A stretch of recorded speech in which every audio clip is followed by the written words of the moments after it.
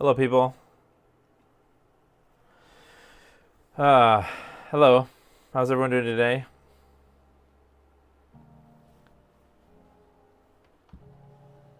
Got some tea. Oh, there's a hair in it. No, there's not. It looked like a hair, but it was just bubbles. Hope everyone is having a good day.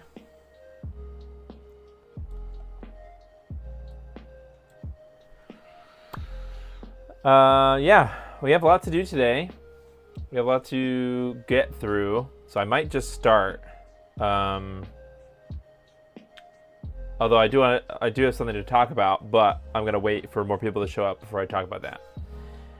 Yeah, all right. So let's just get to it then, because I want to have as much time to test this thing as possible. And oh gosh, this thing is the. I kind of already take it. I kind of already take it out of the bag, so to make the thumbnail. I've been waiting for a very long time. All right, so let me back up. GameCube is. All right, let me back up even further. If you know anything about me, you know that I like wireless controllers. Like, let's say you have a retro console. I like wireless controllers that resemble the original controller as much as possible. Okay, so good examples of that are the Super Nintendo Switch Online controllers. So the Nintendo Switch Online Super Nintendo controller is a really good example. It's Bluetooth, so it works with Bluetooth adapters. To a little bit of a lesser extent, the 8BitDo SN30. But just really the difference is just the color, just the color scheme. But I mean, at least the general shape and the button layout and things is the same. So this is generally fine.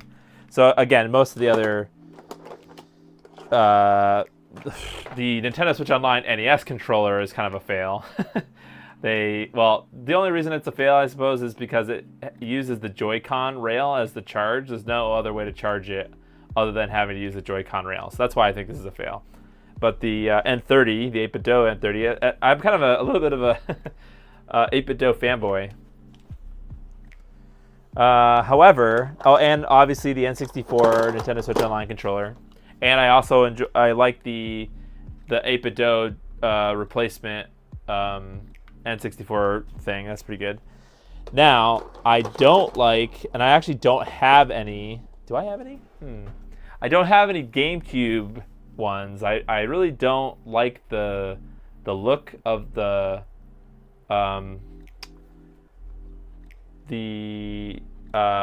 what is it called? Retro Fighters? Is that what the brand is called? Why do I not remember? I hate to be that guy. Slick Tater, thank you for your comment. I don't like the Retro Fighters controller shapes. Now, I don't know, hey Obi-Wan, I don't know if it's a strategy for Retro Fighters to not use OEM controller shapes. It seems like at this point it is. They really are dedicated to never using the OEM controller shape of another just an OEM controller thing. Hey Belmont. So, anyways, it's been super long time. Well, the only ones that I'm aware of, actually, I don't know. There aren't any that look like this. The Panda, the GameCube controller, sorry. The Panda GC was supposed to look like this, but it was also like $120 for the controller. But then that project got canceled. But that would have been a Bluetooth controller. Now I know what handheld legend, GameCube. I'm just still getting something set up. What is what is it? It's a Kickstarter, right? How do I find that? Kickstarter. I'll find it.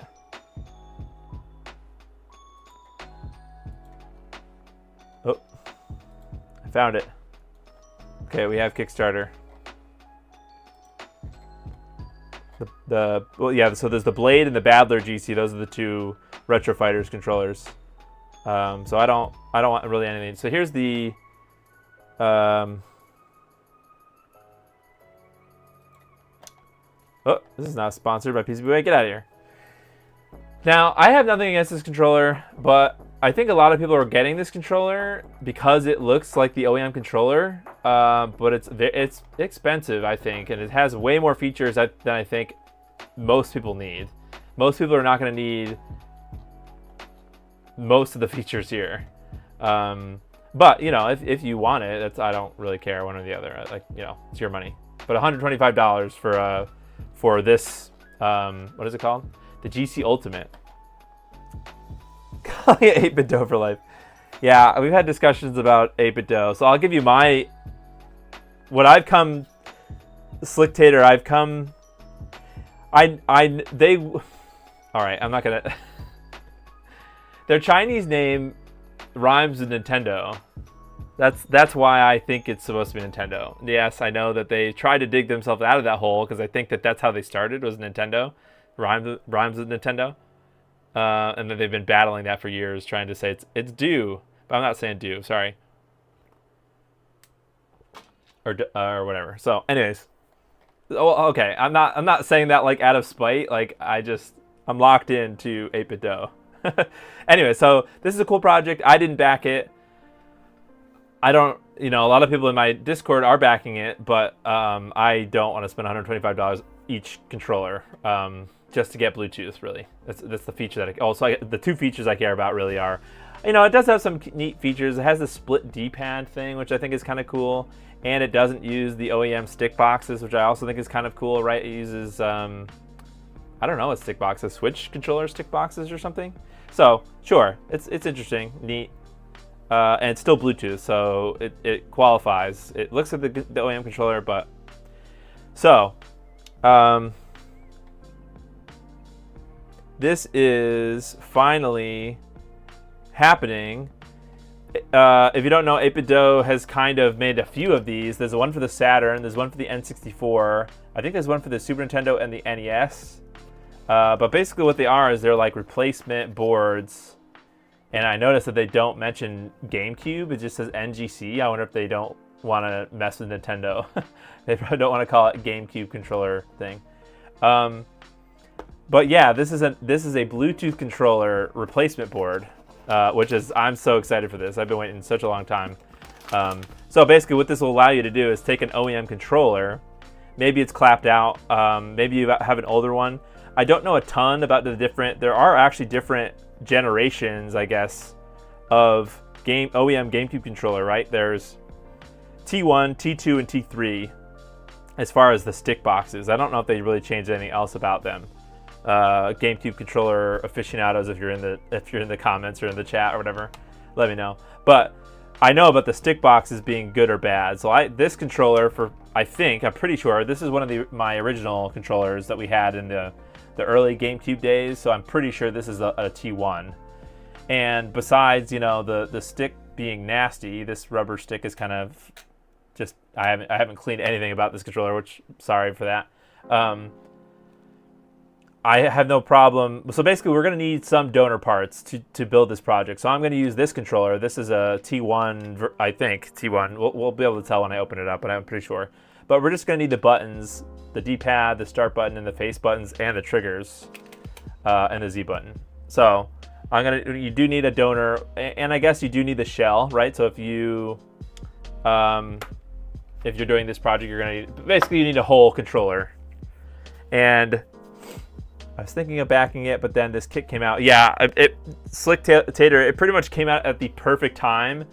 Because it was like within I feel bad because I probably would have backed this Handheld Legend Kickstarter, but like within days of them doing that Kickstarter, 8BitDo announced it, and they announced this to the other it's a Bluetooth adapter thing.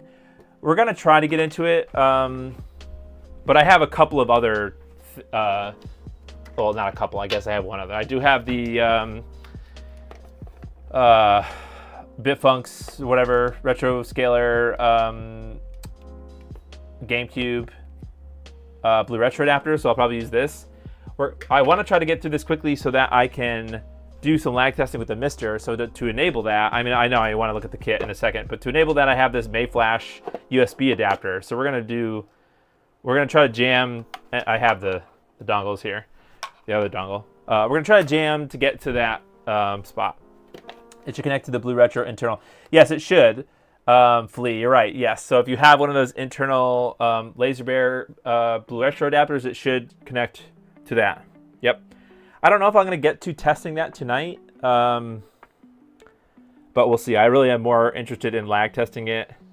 This Blue Retro adapter should be the same guts basically as that. So I'll probably try to prioritize this over the 8BitDo new one because I don't know how, I'm not sure how many people have this or the internal Blue Retro. More people probably have this than that.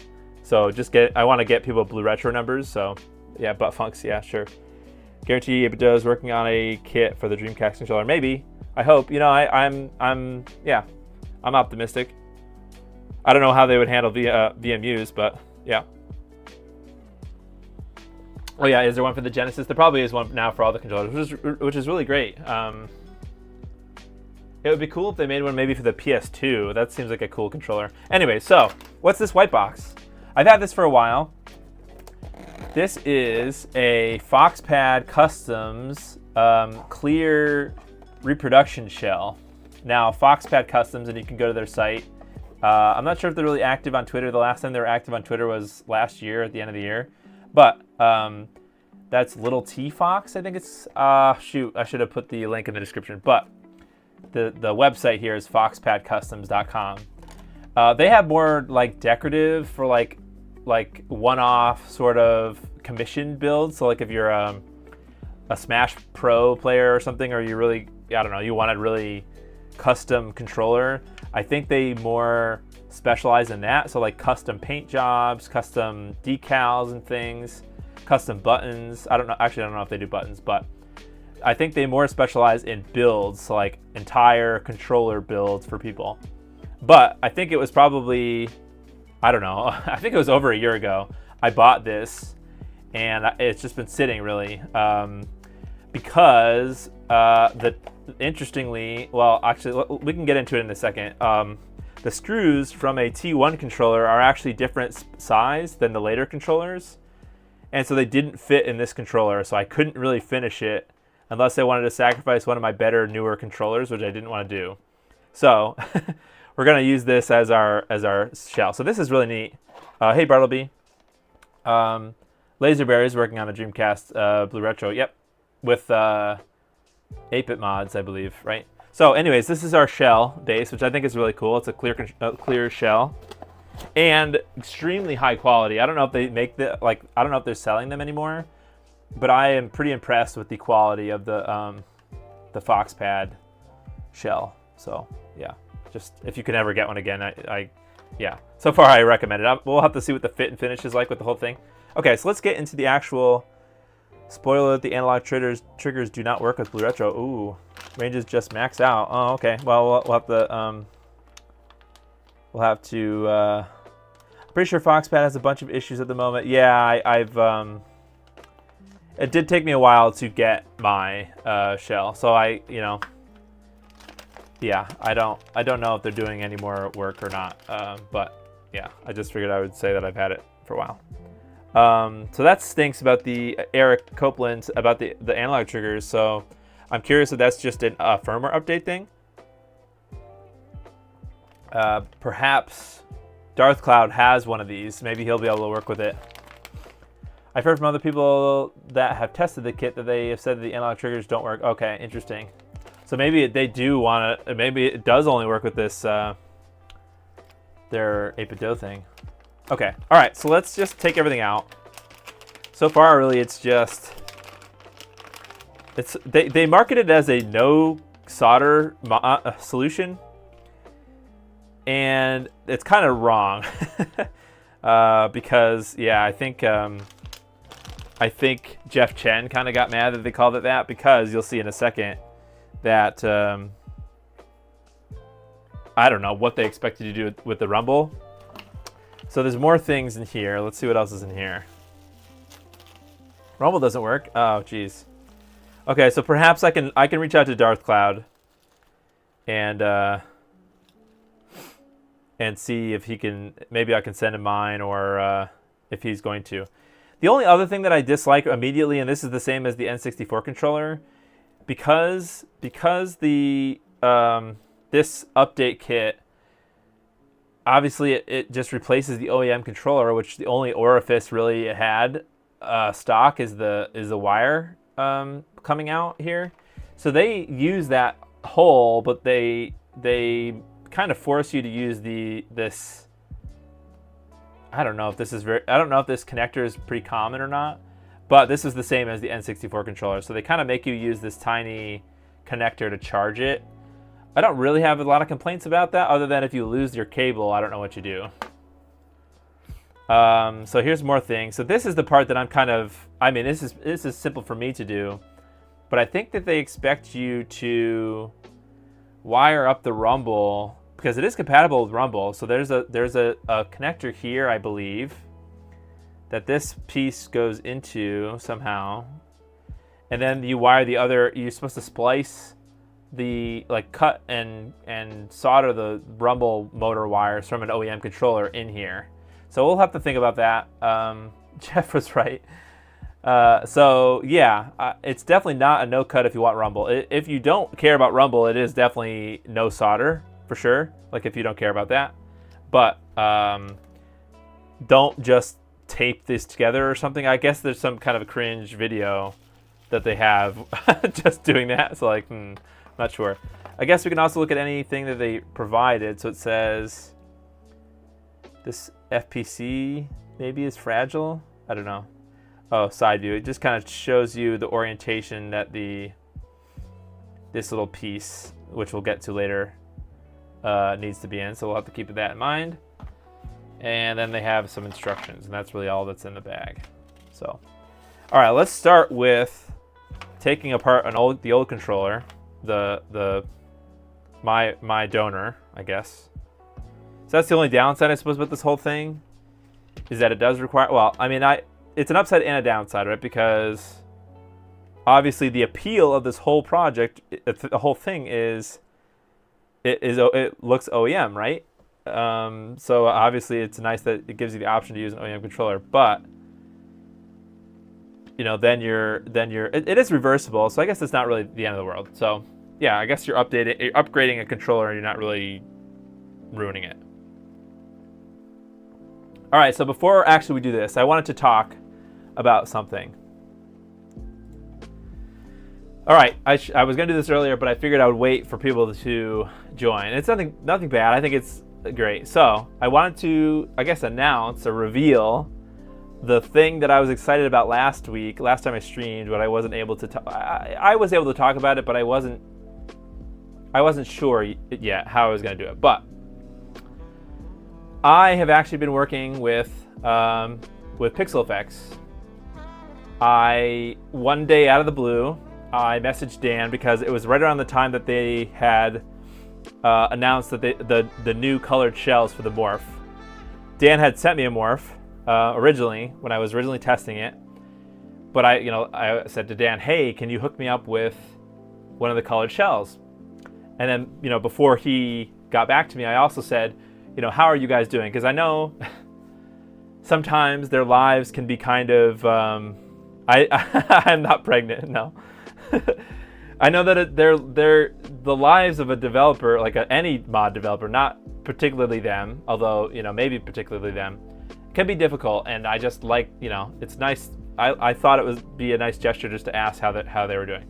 So Dan said to me that he was looking for a new, I guess he called it like a marketer, a marketing person, specifically to do two things, I suppose. One would be to create video content, which I'm going to get to. It's still kind of nebulous what that will look like, but we're working on it, or I'm thinking about it at least. But the other thing that he wanted this marketing person to help with was to create this newsletter, or to start creating a newsletter. Dan's idea was to create this newsletter Okay, so it was Dan. Dan had this idea to, in a way to get more information out there to the public. He wanted to start this thing. So I'm like, okay, I'm interested in doing that. Would you consider hiring me? So he said, sure. So we had some phone calls, and then we had a team meeting. I've already, I loosely keep track of the Pixel Effects team, what they're working on. Not like, just I know what products that they're working on, sort of nebulously, like everyone kind of does now. So, but I had notes. We had a meeting, like a kind of me. It was me, Dan, Woozle, and Chris 2600. And I said, here's all the projects that I know about, right? The Morph, the Analog Bridge, any new gems or the Retro Gem projects, and the Infinity Switch. So I had some notes I wanted to ask them about all those things. And just like where they were on it. Not really like, I'm going to grill you, like, what are you doing? You guys are bad. But more like, how what are questions that people right now are having?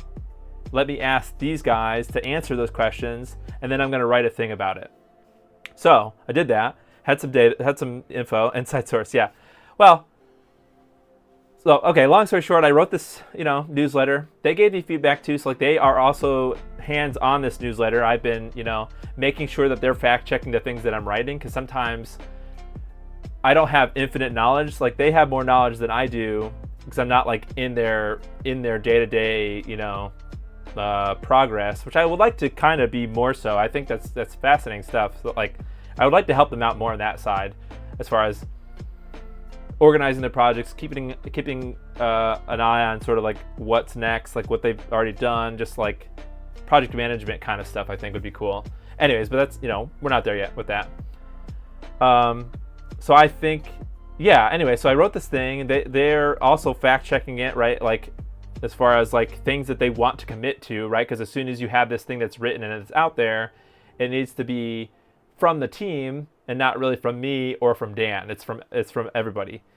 And I guess that's a little bit different than just them kind of blabbing about stuff in Discord, right? Because they can talk about features. Like they're not hush hush about what they're working on and what things are coming up next. If you hang out their Discord long enough, I'm sure you'll find some secrets. But that's not necessarily fair in the sense of like, okay, this is a newsletter. How do we tell people about it? So the first one's already out. You can go to their website. There's a blog thing on their website. You can check out the first post that I wrote, and let me know what you think about it. Let me know if you have any questions that you want me to answer. I do have a couple of questions already. Now that I'm sort of in this position, I've been reading a whole bunch of stuff. So anyways, I kind of took a tangent there, but I wanted you guys to know now, I suppose. I wanted to both, tell you this, but also kind of admit that I can't necessarily be impartial anymore when it comes to the Pixel Effects products. I guess I really couldn't anyways, because I was given a morph, and Dan's giving me gem stuff. But I can only do so much now with really reviewing the products, because I work with them now. I work for them. So yeah, I wanted to get that out of the way, and just let me know if you have any, what you would like to see, if you'd like some specific questions answered, that kind of thing. Yeah, and just let me know. I guess I will tease one thing. If you're curious about the analog crosspoint, we're gonna have more details about the analog crosspoint in the next month. So that'll be October's end of the month newsletter. So inside source. So that's it. I just wanted to tell you guys that. Yeah, I need to admit that I'm not. I'm working for them, and I don't need to. Yeah, you guys know what I'm trying to say. So I'm excited. But yeah. All right, let's open this thing. I need a tri-wing screwdriver, I think. I really don't probably know more than most people that are in their Discord already. Oh gosh, I dropped it. Your channel's solid. You have great content. However, I missed the monthly. Yeah, yeah, you don't have to tell me, Flea. I know. I miss learning about the stuff. I don't necessarily miss making the videos. That's all. You really don't have to tell me that. That is always in the back of my mind forever now, because I think that a lot of people did like it. It was very hard for me to make, just on that, you know. I don't know. I don't have a ton of time. Granted, that's sort of the reason why I don't make a ton of content now. Is I don't know. I just don't have the time to do the needful. I like that saying a lot. Do the needful. I don't know why. So I use your channel to stay up to date. You're not super online. Yeah, I think that's the advantage of people watching those videos. So I think that, I don't know, if it was going to come back in a form soon-ish. Sorry, this controller is kind of gross. Well, thanks, Flea. I appreciate that. You know, I do my best. I think overall people, well, I hope that I've built the reputation that while there is individual, you know, drama between people and even different companies and things, I really just hate that altogether. And on both sides, like it's hard for me to say because sometimes I'm not directly in the drama anymore. But I just think that that's not a great way to look overall at everything.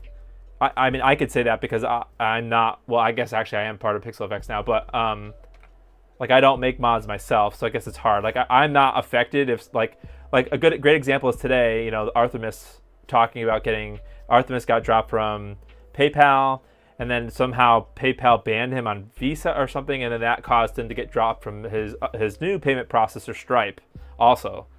So basically Artemis is kind of stuck not being able to sell his products. That is devastating to me, you know, because that's like, I want to see new cool things. I like people that make new cool things, any type of person, right? Even if they're you know, a troublemaker or whatever, you know, whatever you can say. New stuff is sick, right? Like new stuff is awesome. And I just think, you know, allow people to make as much new stuff as possible, and that's that's how this hobby is going to grow and be better. And anytime someone gets in the way of anything like that, it just, to me, I just can't stand that.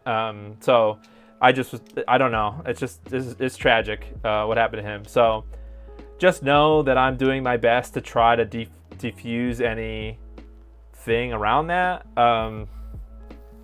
And I trust that, you know, the people that I'm associating with don't have anything to do with that. Yeah. Or else I would say something, because that's not right. So, but, you know, that was my mindset with the modding news videos, was kind of like share that stuff with people. So modders have to go crypto. So I hope that people think of my reputation as a positive one and not a negative one. And yeah, okay, so enough talking about that. Immediately, I think you can tell that this is, I think they also call these legacy controllers because they have this purple plastic. So they stopped making them with the purple plastic pretty much right away. Although I think I might need to borrow this one, I'm not sure. Okay, so right away you can also see the soldered on motor here. Okay, so this is, we need to desolder this, so let's do that now. Let's desolder that. I don't know if I need to keep track plus or minus. I guess the white wire is the plus. I've seen today is definitely being targeted. How does that even happen? Well, I don't know if he's being targeted really. I think, well, he obviously something is happening. It's not. I could not possibly see a way where PayPal would care. I don't necessarily know if I like, oh, it's Nintendo. I'm not sure. Maybe, because there was a thing with the Switch emulator crackdown where they just banned it, or they just got rid of another Switch emulator. So it's possible it's Nintendo. basically anything involving mods, you know, maybe they can strong arm PayPal. But I don't know. Maybe there's more to it than that. I really don't know. I don't know. I don't know what kind of a scenario that would be where they would want to not take people's money. I don't understand. I don't know. Okay, so I think it needs this purple piece. Let's see. How is it attached here? I think I could just, because these are the left and right things on the new board. My first thought was Nintendo cracking down on mods because, well, I don't know if it's tinfoil hat or if it's just very recent, because it's been a thing that people have gotten banned off of PayPal for that sort of thing. I think like my Discord is not full of people, but there's at least a few mod developers that are in my Discord that have had this same experience. And you know, I don't have any of those experiences, so I don't really know. Okay, so I think that's really all we need from the controller. I don't think we need this board. Obviously, we need the and I'll clean these off. You know, after the stream, I'm gonna have to go through the buttons and clean them up in the pads. But for tonight, I think it'll be fine to do it. I said I wanted to power through, and I'm just like gawking about those crap. Oh, sorry, but I'm doing my best. All right. So I think this is a piece that we need. I think I didn't even look at the instructions. I don't know if it's tinfoil hat or not. All right, so what is this? Okay, so yeah, we do need this whole thing. Okay, so what do we need to do? We need to transfer. Let's get the top shell of the face shell. We need to transfer all these buttons.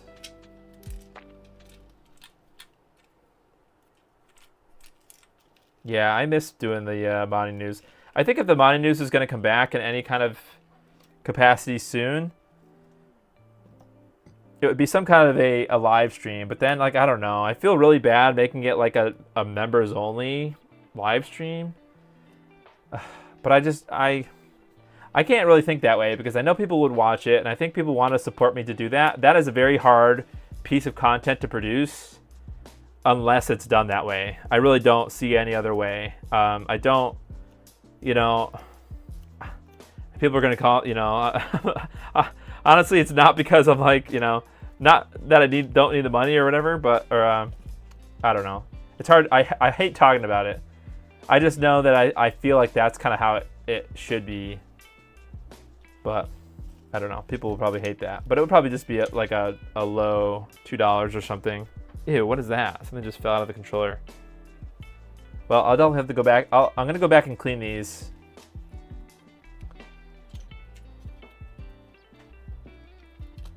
So yeah, it would probably be a live stream, like 2 hours. I know that's not, you know, for people that are not online. I don't know what to tell. Like I know some people appreciated specifically the shortness of it because it was highly edited. You know, that was part of the issue. Ew, why is this? I have thermal paste on my hands. I think it's all over my table.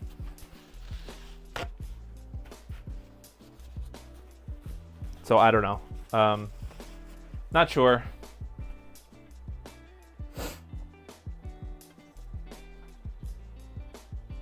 No, the issue, the information gathering is for me because I am always online. Like, I think my advantage was that I'm constantly on Twitter and stuff. So it's very kind of not simple, but I have no problems. Okay, I think it's time to transfer these two. I think we probably should do that before we move on. Maybe not. No, it's pretty easy. And actually, I kind of created a self-fulfilling thing. Like, I started posting in my Discord, you know, the news about mods and stuff, right? In my Discord. And now there are so many people that post about news in my Discord that I don't really have to do it. And sometimes I get notified of new projects before I go on Twitter because people on my my Discord have told me. So it's like, it's kind of a cool process now that other people are doing what I started. And really, I'll share this with you guys too. I created it's kind of a cringe name, but I was in a different place in my life, I suppose. I created a subreddit back in, like, it must have been 2016 or 2014 or something. I created a subreddit called Cali Reggae. It's kind of like reggae rock music. So like Pepper, Revolution, that kind of, maybe like 311, Sublime, I suppose. So I started that channel from nothing. It didn't exist, and I created it. And I just started every day posting songs that I liked, and I just posted the link to the YouTube video, and that was my, like, a couple posts a day or something. And I got to 1,000 members, and then eventually it got so big that this other group of people took it over from me, and they asked if they could take it. I'm like, yeah, I'm not really maintaining it. So yeah. So that's kind of an interesting thing. So if you, yeah, I don't know. All right, how do we do this? I'm kind of stuck. Okay, so we need the right joystick. We need to put the joysticks on, right? So the thumbstick. So it comes with new thumbsticks, which is nice. They are reproduction. They feel okay. Maybe not 100% OEM, but yeah, I don't know. They feel all right. And those go on here. Stoner music. Yeah, pretty much. It was so yeah, to answer your question, Flea, it was the editing. Mostly because I don't talk well. And so, like, to have me talk a consistent sentence or something without having to edit it, it was just not possible. So I had to cut all the ums and ahs and stuff out. Yeah. All right, I think we need the C stick too. I don't think these are really directional. Oh, the C stick might be actually, shoot. Which way does the C stick go? Let me just look at the old controller. Okay, C goes like that. So I'm just looking at the old controller to line up how the C goes. I don't really know why I'm putting this together because I do need to solder it. So this is how the old button goes. And this is how the new thing is. So I'm just kind of lining it up like this. Yeah, I don't know. Hope you guys can tell. Like that, C. This is definitely a weird color. And it's not as rubbery, but that's right. If I had good OEM sticks, I would probably put those on. I should probably put those on there, but I don't. I can use the original button pads. Yeah, I will clean them off stream. When you use the 8BitDo button pads, really, they included them for you? I didn't get button pads. Didn't know they included that.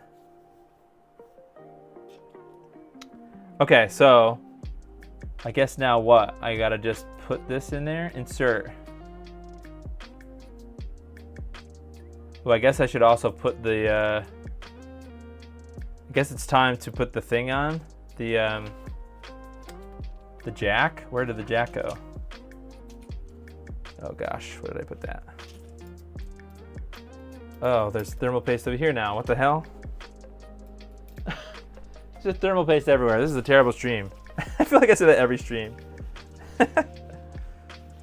Like this video if it's a terrible stream. Okay, let's see. Is it in my box of goodies? How do I lose that? Or oh no, it's here. Thank God. Okay. Okay, I need to consult the little thing. The little thing says, okay, doohickey up. And then this guy, it pops up. Pops up. And then little thingy.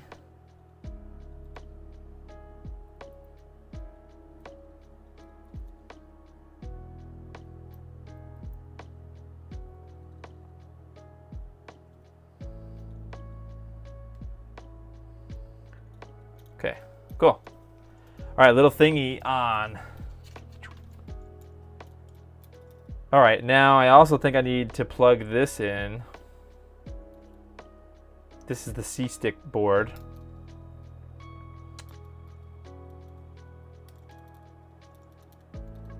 Okay, plug that in. All right, now this goes in here.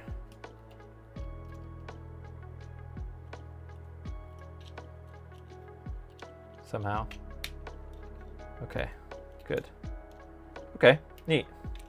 So that part's in there. I think these need to be what, up? These are the analog things, analog triggers. Okay, so now what?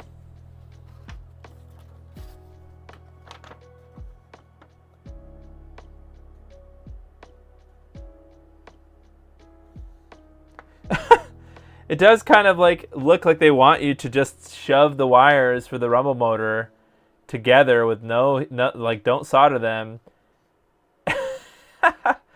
No, I'm not going to do that. I'm sorry. I'm just going to solder them. Okay. So with that being said, let me see if I can put these. Oh wait, these kind of have to go. These go in here. Can I do this now? Yes, let me do this. Solder the rumble, yeah. Does this need to go?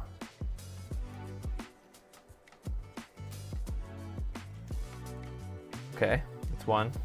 I'm just gonna put these things on so I can put the plastic down.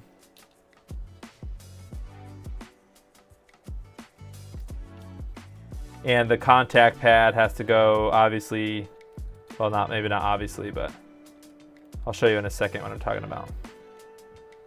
Okay, so I'm putting this purple thing in here. The carbon pads here on the sliders need to go facing the top of the controller. Oh, how does this thing work then?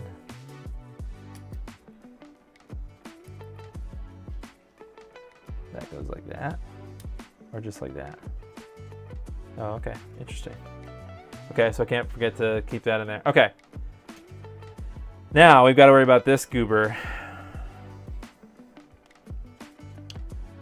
I don't know if I'm going to shorten the length of these wires. I think I'm just going to leave them the same and solder them together. I hope that doesn't really interfere with anything. So step one, I'm going to put... they include this heat shrink, which I will use. I'm going to use their heat shrink, but I'm not going to do what the hell they're doing. And I think the red goes to the white and the black goes to the black. So let's get that going. Looks like they're pre-tinned too, the wires that they give you. So let's get this out of the way.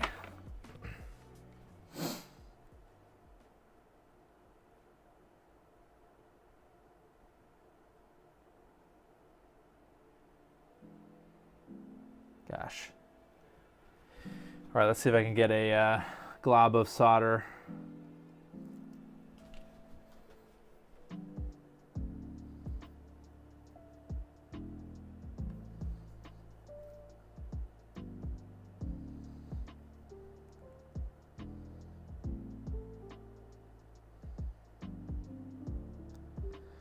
Okay, I'll come back, I think, but I guess, I don't know. Don't really matter. As long as you've got some okay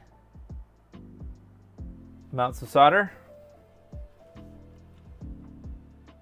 Considering doing this mod to your Panasonic controller because there are a few people in a GC collecting group on Facebook that take it too seriously and endlessly hate on all mods they see.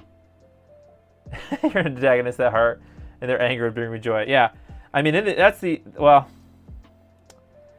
you know, it's hard because I see both ways, and yeah, I see it both ways, and I don't know. I just can offer, it's my thing. I bought it, so I can do what I want with it, I guess is what you got to say. And you know, with that being said, they have the right to call you an idiot if you're doing something stupid. So, oh gosh.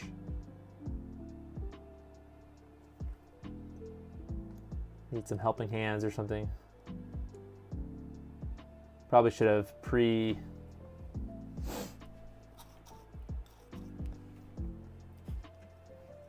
like wrap the wires or something.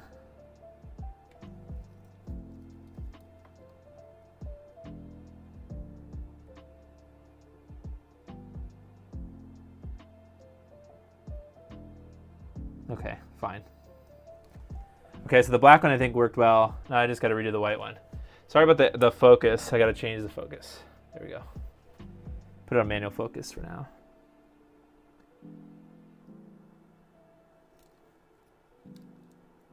Okay, neat. All right, so then step whatever. Let's put the heat shrink over.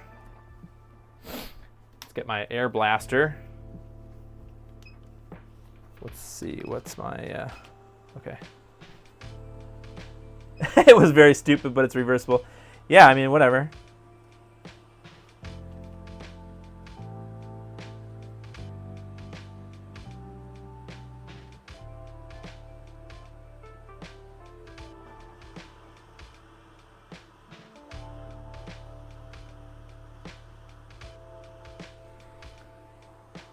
Neat.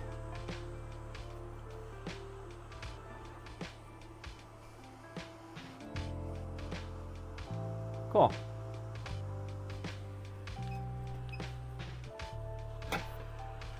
Okay, then you just kind of pull on them, make sure they don't come off.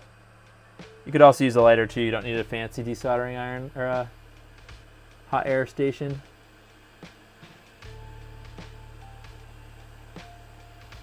Okay. So now what? I just have to do one of these. Where's the tab on the thing? That. Okay. Okay. Looks ugly, I suppose, but it'll cause a ride doing that. Yeah. That's just the silver one, isn't it? Or is it like a gray? It's not like silver. Okay. Cool. So now I think we have to construct the controller.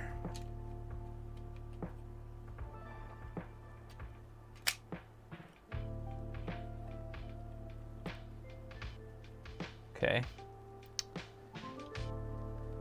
I need to put the guts of the old controller into, so let's put this aside a second. This is mostly done. Let's put the guts of the old controller into the new one.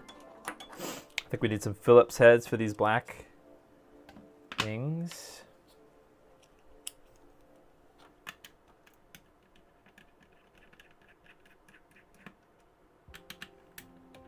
It's primer gray. Oh, okay.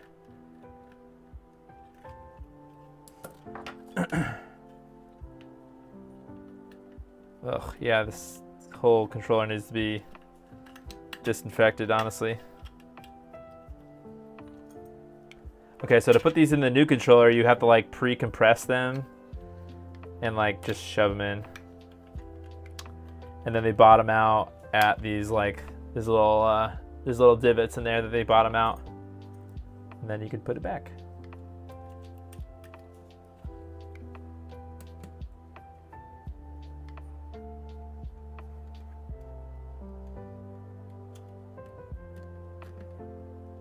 Oh, I think this was the problem I was having, is the screws here.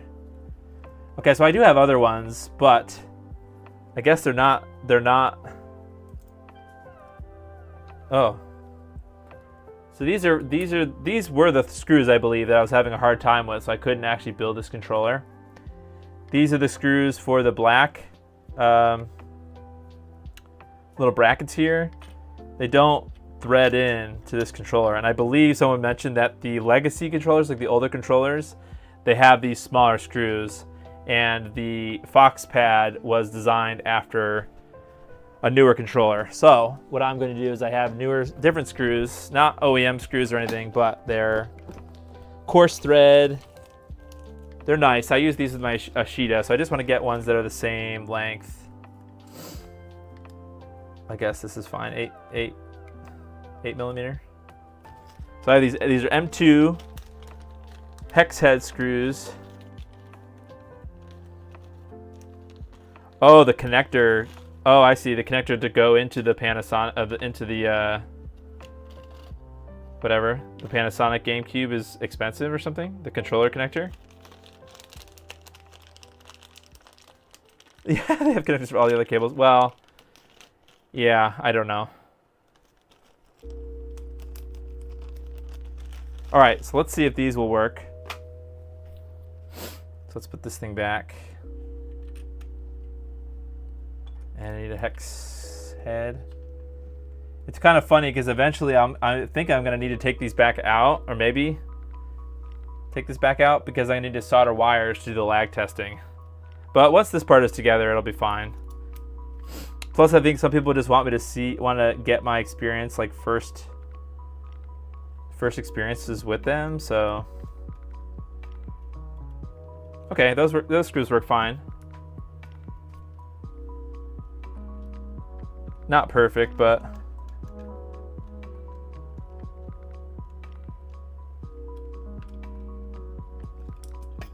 yeah, that's fine. Cool. All right, so that's one side. I'm pretty sure that's the reason I stopped building this controller is those screws. I guess these screw bosses here are smaller on this controller, this type of controller. We can test the I'm planning to test it. So basically, if I don't finish this tonight, I think there's enough people that care about GameCube, like now that this is a thing, that I'll do a part 2 because I do have a lot of things to test, right? I have the 8BitDo adapter, and so first of all, we have to lag test an OEM controller too to get a baseline. So yeah, I have their Bluetooth module thing, and I have this blue retro adapter from Bitfunks, so we can test that as well. And I'm using this Mayflash USB adapter, so I should be able to. There's a Mister project that I've already had set up for other controllers. I should be able to use that to test. All right, so first we have to test a wired controller, so the latency using the Mayflash adapter with a wired controller to tell what the baseline is, and then go from there with the wireless adapters. Now, unfortunately, that means I won't be able to test really the internal Blue Retro adapter, the Laser Bear one. However, the guts of that should be identical within reason, you know, to the Bitfunks. What is happening with this controller? To the, oh gosh, that's nasty. To the Bitfunks module thing.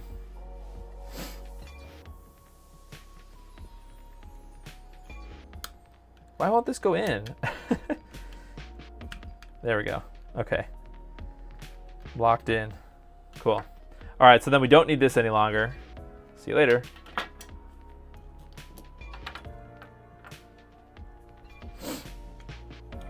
So also I have other test results from a couple of other controllers so far, and I have the results in my Discord. I eventually would like to merge them all with the mystery add-ons list.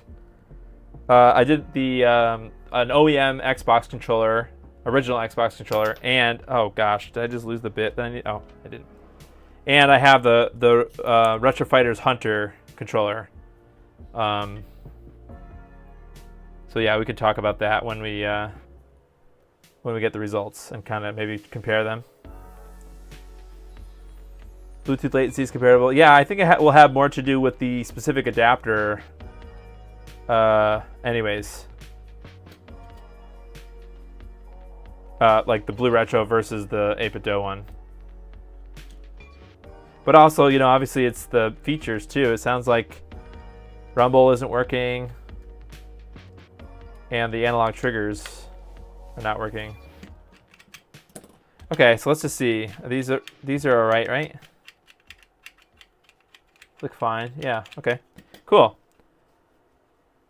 that's pretty much that. Now I just need to get the bottom, make sure everything is sort of, I need to make sure that these are up all the way. These carbon pads are facing up. This little doohickey needs to go into its little hole here. That guy. Then we can sort of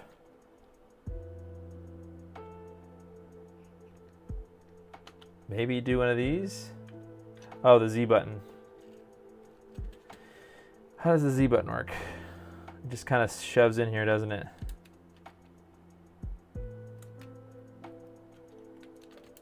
Oh, gosh.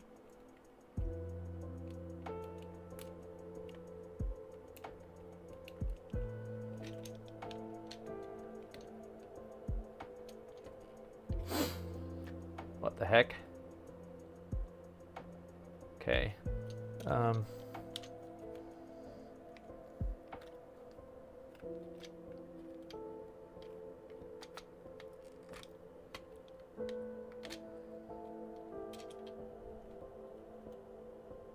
This is a little bit annoying.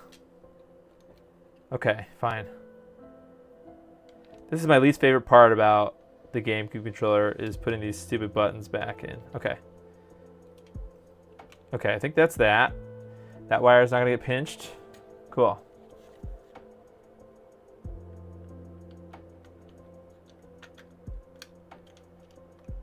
Hooray! Maybe? Maybe hooray. Oh no, this stupid thing. You button. Okay. Cool. Okay. Well.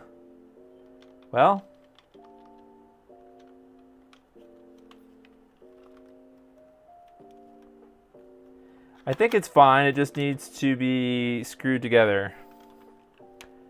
So.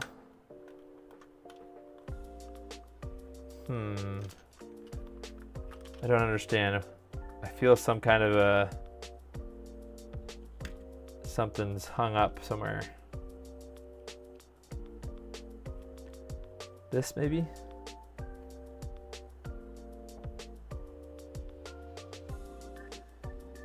I don't think this is a problem, but it might be, so let me shove it all on the one side here maybe.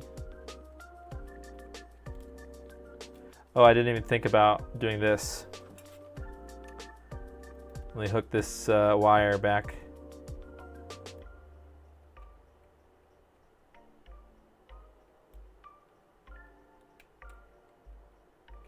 Maybe that might help a tiny bit. Okay, D-pad. Designed for a toddler. Okay, let's try it again.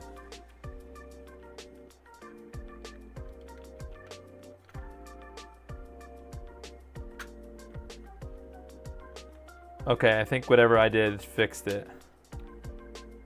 Great. Okay, so I'm gonna try to hold it. Now this controller shell has never been put together. I hope these are the right screws. I bought new screws. Maybe I should use these old ones. I don't know where I got these from. Actually, the original ones from the other shell look better. Although I don't know. Don't know if they're gonna ruin these screw holes. I don't know where I got, honestly, I don't know where I got these screws from. They should add a wireless charger to the back. Yeah. Well, I guess I'm gonna ruin this $100 thing. Guess like they could have at least added a micro USB port to the top. Yeah. I don't know. There's barely enough room. These screws are kind of gross. They need to be cleaned. Okay. Let's get my tri-wing screwdriver back. So I'm going to put the OEM controller's screws in here. I'm not sure if that's the right thing to do, but we're doing it.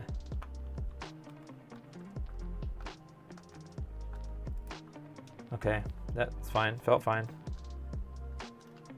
The only reason I say that is because I don't know if this shell was designed to have new screws or something, different screws, or if it works with the OEM shell screws. But I like I don't know where I found this screw bag in my box of GameCube stuff, but the OEM controller shell threads are thicker, coarser, and I think I like that better for, oh, shoot.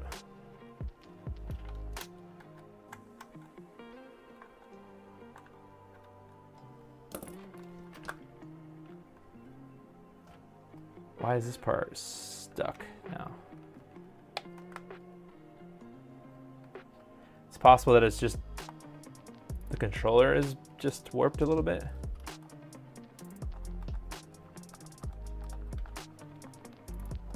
Okay. Whew, crisis averted. I hope I didn't just crush a bunch of wires. I don't think I did. I guess that's the advantage of having a clear shell, is you can see through it, huh?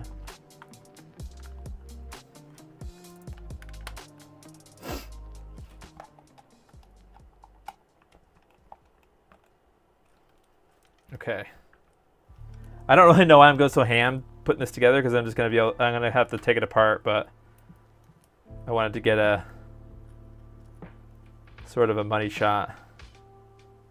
Actually, I'll have to spend a little bit of time getting the wired controller set up, so we'll be fine. I'll get my initial impressions and then we can go forward.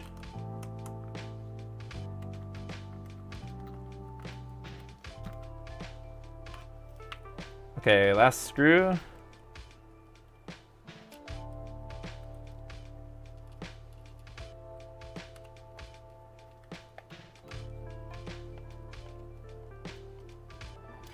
Man, this controller is so small. Excuse me, feels good. I don't love the Z button, but these feel fine. Cool. So this is kind of both a review of both the 8BitDo adapter of the board and the FoxPad board, or FoxPad shell. Feels fine. Shell feels fine, I mean. Nothing is rubbing. I have a hard time on my Ashita with this, the underside of the actual C-stick rubbing up against the gate, but this feels fine. D-pad is for babies. The D-pad feels alright. Yeah. You mean this? Wait.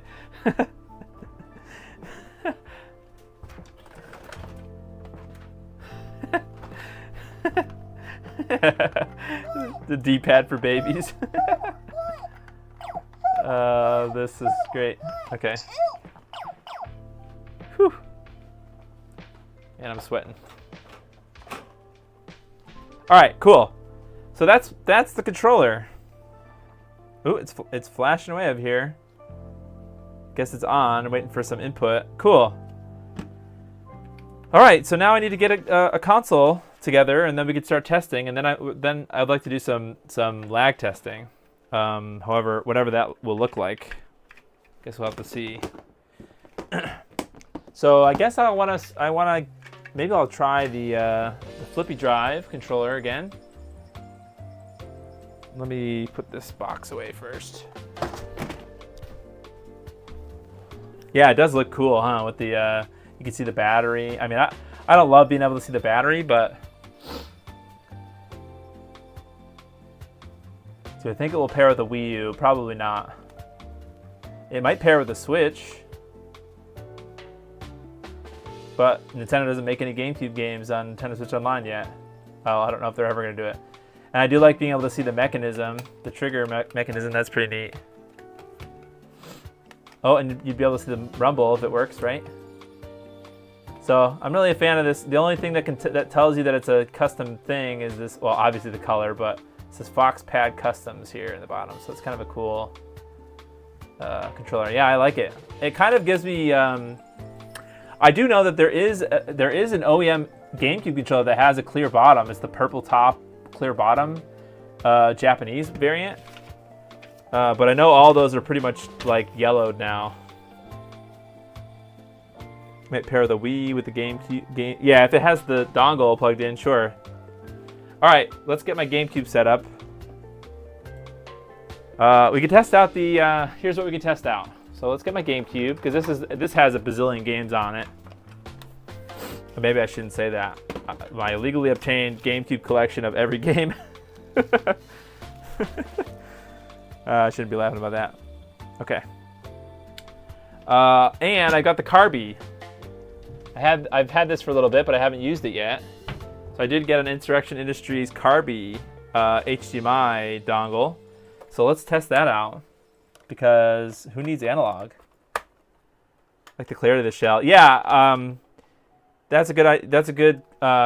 It's matte, a little bit matte. It's not clear, glossy, which is what I wish that the Retro Game Restore shells, the clear shells, look more like this, because I think I would be more apt to buy them. But it definitely has an OEM feel, OEM texture to the shell, so that's cool. And it's not like highly frosted either, so you can still kind of see it. It's a nice blend of both, I think. Kind of like an OEM gloss. Okay, so what do we need? I need a power cable. Actually, let's try our handy dandy.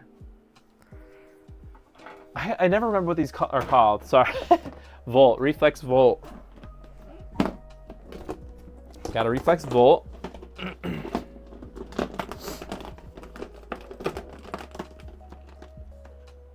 Still haven't done any real testing. I take Zaxor's word that these are good quality power supplies. So here's the actual USB adapter. So this one, yeah, this is the only. I think this is the only one that he sells right now. So on one end it has the GameCube power connector, and on the other end it has the USB, and it actually has some details. So it tells you that it's 12 volt. It needs a USB power delivery power supply that can provide 12 volts at 3 amps. So if we look at the bottom here, where does it say?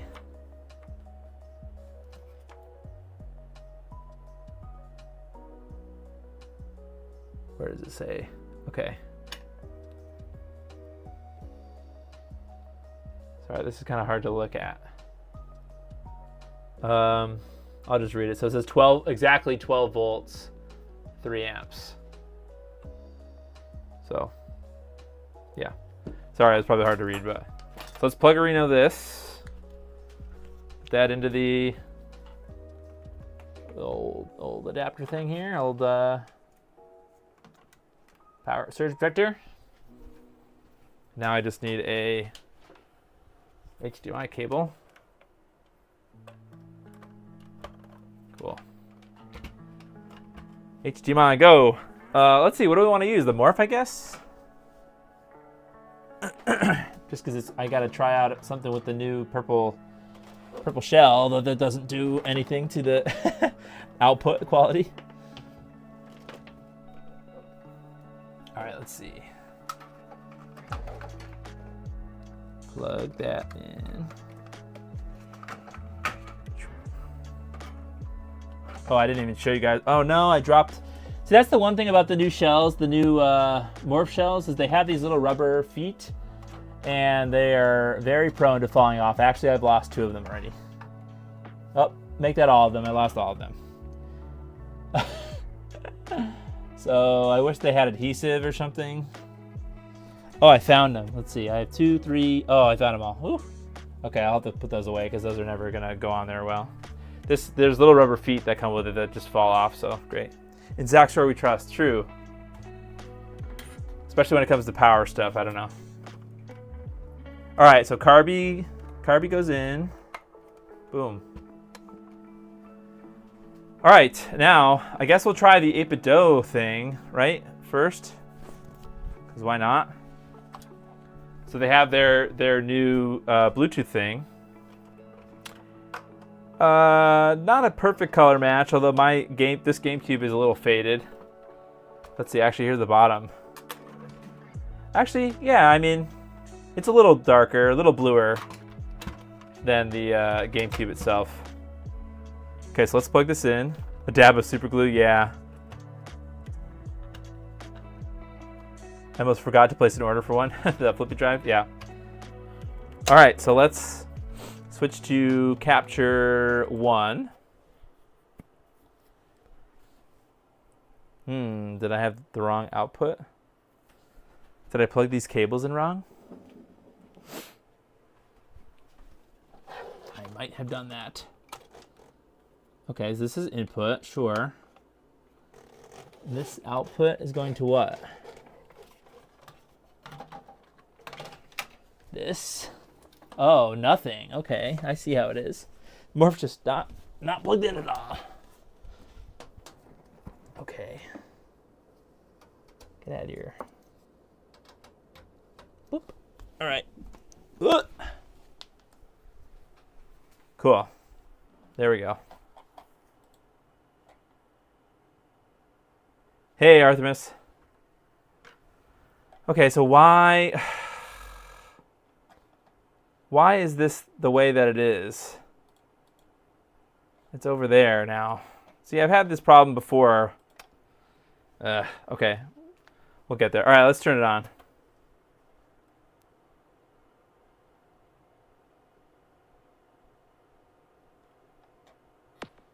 Nice. Okay, so that's working. I didn't hit the button yet on the controller to turn it on, so let's go here. So we've got Flashy Boy here. Okay, I didn't press anything yet, so Flashy Boy here. So let's press this. Okay, so that's gonna start blinking. Yeah, I'm excited for your the Switch, Artemis. Okay, and now what? Let's see. Do we press start? Maybe on this. Okay, so the controller is blinking. Oh, yay! It's there, and then we have a solid light. I'm not gonna hold it up, but there was a solid light on the 8BitDo adapter. Why does this look like trash? It's working. Oh, you know why? I probably have, for some reason, I probably have my TV set to 4:3. Don't know why.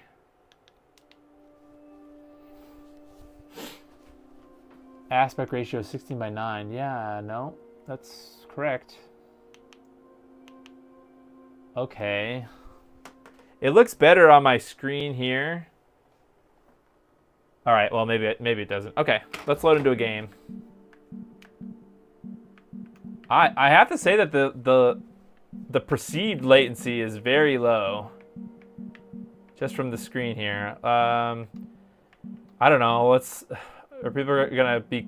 I'm gonna try Smash Brothers. I'm not good at Smash Brothers, but I feel like that's a high skill game that I will immediately be able to tell if it sucks or not. The latency. Where are we going here? Smash Brothers. Where is it? Did I pass it?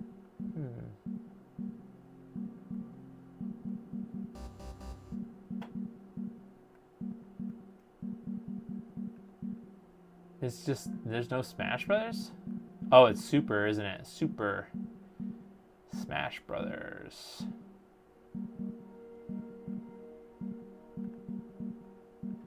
Yeah, Super Mario Strikers. Where's Super Smash Brothers? What?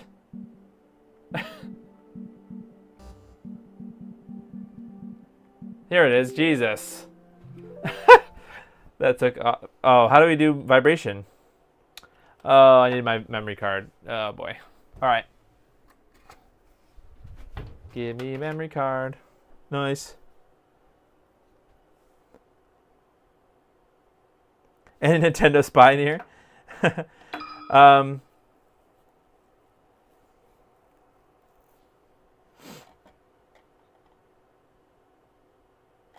Okay. This part looks like it's... How do you open up the... Can you open up the OSD? Oh, is there a button? There's a button or something, right? I've never used the Carby yet, so... Are there any buttons on it? How do I get to the menu? Because it doesn't look... I don't know, maybe it's fine. okay. This is just story mode or something. Or what's it called? Stadium? No, not stadium. What are those, event match? No. Here we go, adventure.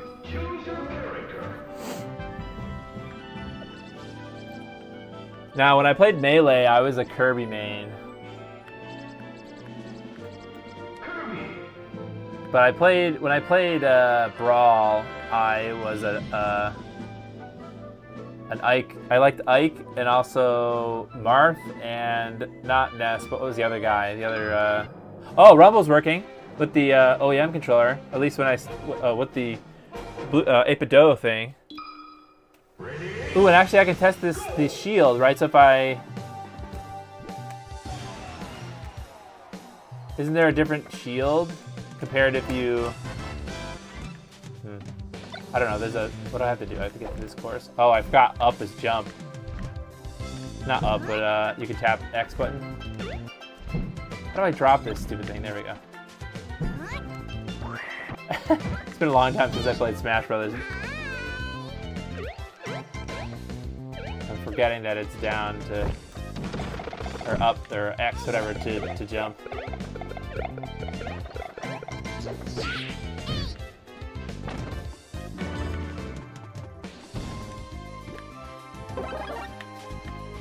Lucas. Is it Lucas?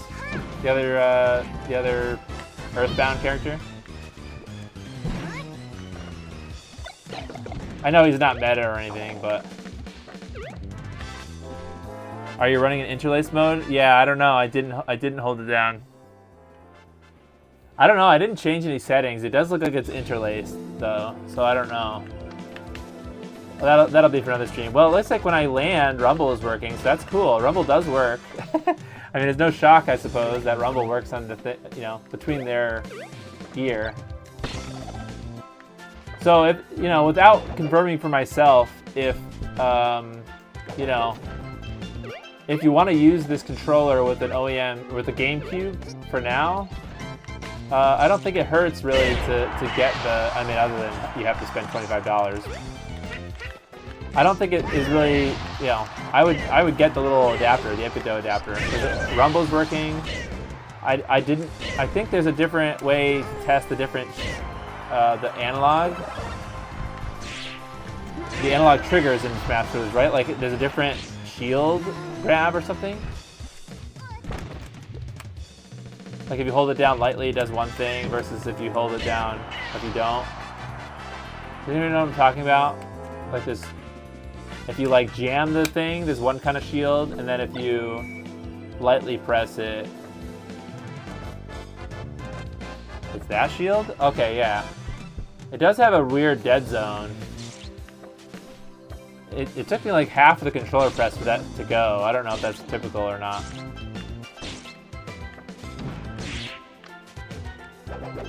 I guess we're testing the de-interlacing abilities of the morph as well, I guess. I don't know. That was not planned.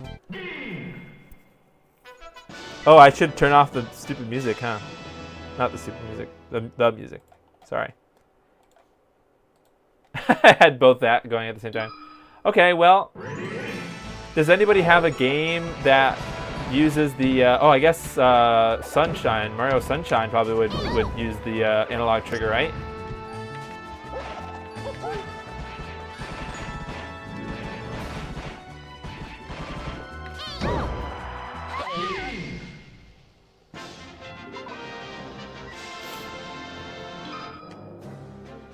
Let's try Sunshine.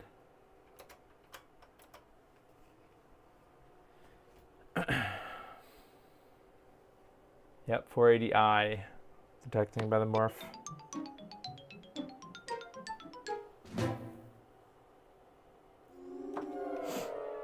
Yep, so we know that Sunshine the controller works well with the 8BitDo adapter. So far. Although I don't know about the analog triggers, but that'll be a test of the of Mario Sunshine. Right, because I think if you lightly press it down, excuse me, if you lightly press it down, it does you can aim the flood gun or whatever, but if you hold it down, it doesn't. I'm gonna sit for a minute here. Well, actually, yeah. I guess tonight I'll probably just do. I'll just play, because I do want to test the blue retro adapter.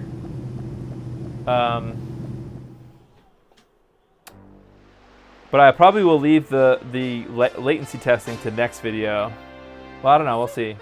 It didn't ask me to hold down B. Let me see. What is the button combo to get the OSD for the OSD? What is this thing called? Insurrection Carby.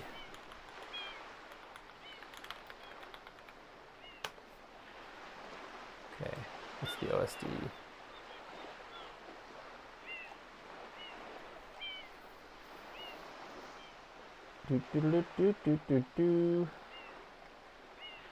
Carby Quick Start Guide, sure. Oh, it has the remote. That's right. I forgot that. Carby remote training. Most any. Oh, okay. All right, I forgot that it uses a little remote. So let me get the remote. I have it in the box still.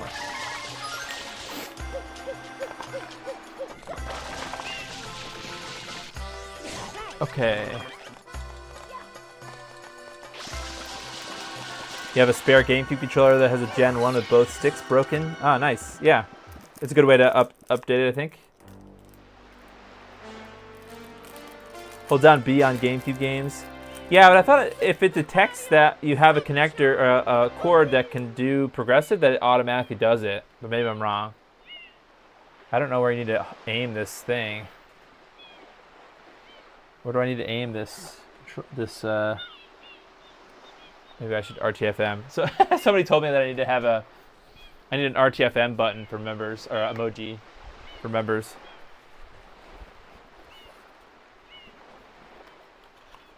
I think there are no connection between the digital port and controller.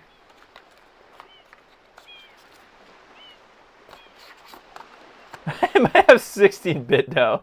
I don't know why that was funny, but it's funny. Oh, Sunshine or Need for Speed. Okay. Use Swiss to force progressive scan. Oh, yeah. Interesting. Maybe that's why. Okay, let's see. Power off the GameCube. Insert the Carby. Connect a high-quality HDMI cable. Power on the GameCube. Carby remote quick start guide. Pull to remove clear plastic tab. When GameCube is powered on with Carby installed, press OK button on remote to call to GC video settings menu. Oh, there we go.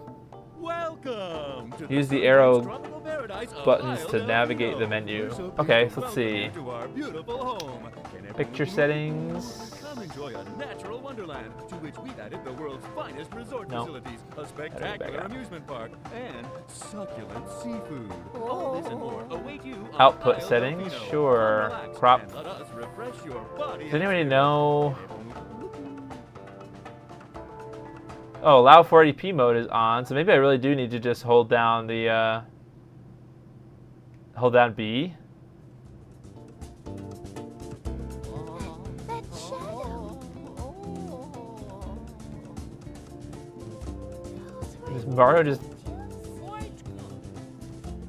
Mario's having a moment. Okay, so maybe I do need to just hold down B. Well, all right. So let's try.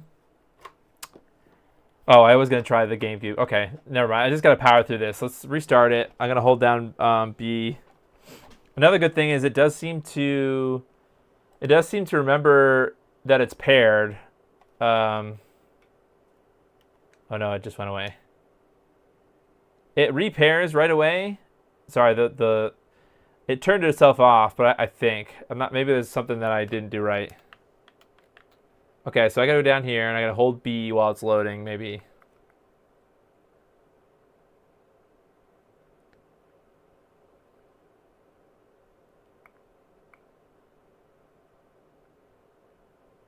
Is there a way to load the last game that you were playing through Cube Boot?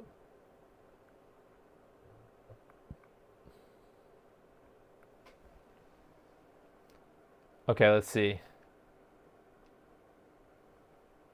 All right, holding down B. Oh, there we go. Would you like to... Progressive, yay! Oh, sorry, I wasn't capturing it. Yay, now we're in 480p. Hooray! That's neat. I never used a Carby, so I don't know. Cool. All right, so let's get into the game.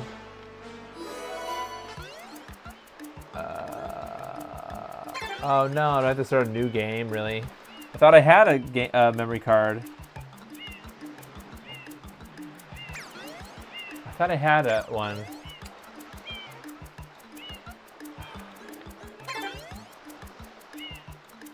Dang. Let's see, I have other memory cards. Maybe I have a game. Because I don't want to, this sucks to have to redo the beginning.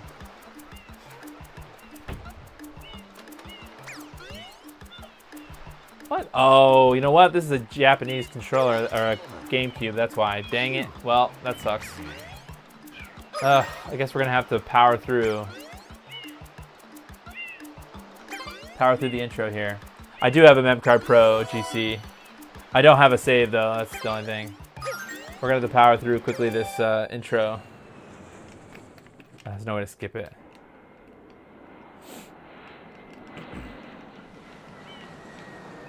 We're getting there.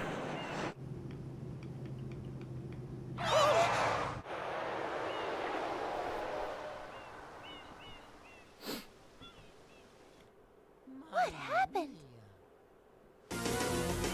Oh, I guess it wasn't that long.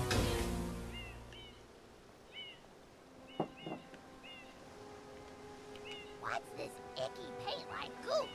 It's moving. No, no, boys, don't touch that stuff. What's this icky paint like goop? Gets too much hate. I loved this game when it came out, man. I was all about it. My family, we were a Nintendo fanboy family, right? So my first new console was a Super Nintendo.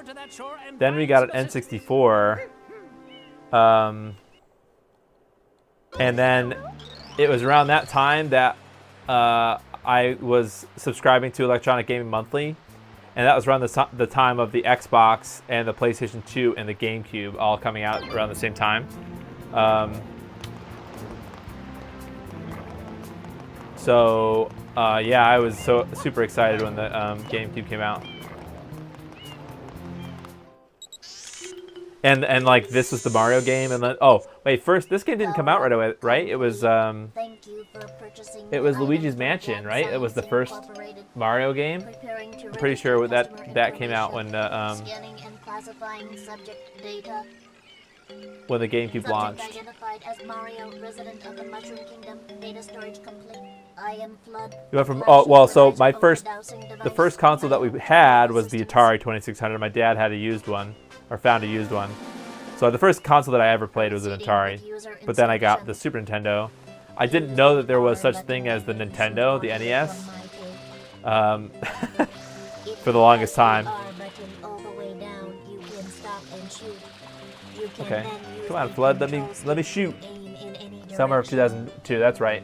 Press the X button to switch. Yeah, I had no problem with this game. This game's alright. You can then press the R button to hover. Yeah, the Dreamcast first thing this generation. So I had GameCube was the first one, and then I had a tumor in my back actually when I was 13. That was around the time, like right before that maybe. And that was the time when the PlayStation, because the GameCube came out first, I believe, right? Or was it the... I don't know. I can't remember which console came out first. But we bought a GameCube because we had to have the Nintendo, the new Nintendo console. Then, yeah, okay. It seems to work like normal. Anyway, so I had a tumor on my back, and my aunt bought me a PlayStation 2 because my cousins were super PlayStation fanboys. So they had the PlayStation.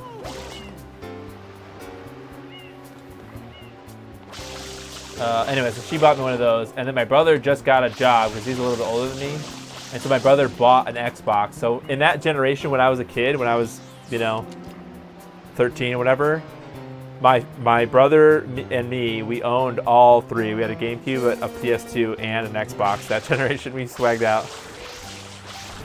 That was the only time that ever happened, that we had all the generation consoles at the same time when they were new. First console, Bartleby says, first system I played is ColecoVision. Wow, never played one. PS2 was 2000. Oh, so the PS2 came first. That's right. All right, let's see if we can beat this boss, and then I want to try the 8BitDo. No, the blue retro adapter.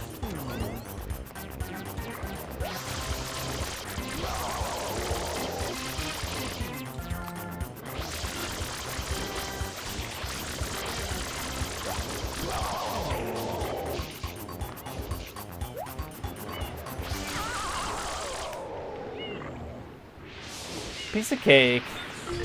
Yeah, I will say that I am surprised at how well it works with the 8BitDo adapter. I guess I can't really be surprised, but it works well together. So I suppose that's my recommendation, is if you want, well, again, I have not tried yet the blue retro adapter, but it sounds like there's some shenanigans going on there. Vincent says, I love Famicom more because it has more mini games in it, such as Donkey Kong, Fuyan, Road Fighter, Ice Climber. You can get a fast game session, no intro, no nothing. Just turn it on, start playing. Yeah, I didn't really see the appeal. Okay, so this is a giant cutscene. I'm just gonna skip it for now, or let's switch out for the blue retro adapter, which is way over there. We'll see. If we get through this, maybe we can start with the wire controller testing, because that's going to take a little bit of effort. I do have like 8 projects going at the same time, and I do need to get back to like the Xbox, and I have the SYF motherboard too. Let's see, where's the overhead? Overhead. Okay. So we're going to try the BitFunk's blue retro adapter here. Just going to plug it into the front here. I'm just going to plug one in. I'm not going to plug all the controllers in. I just plugged in the leftmost one here. So let's see. Let's see what that's going to look like. So we got a, I don't know, blue blinky boy. I don't really know how to repair the, how do we I think I might have just turned it off. Okay, pair. Turn it on, okay. Oh, that's it? Did that work? Huh, oh yeah, okay. Look, and then it's got a light here, so it says 1. Huh, so I guess it just kind of auto pairs when it turns on. That's kind of cool.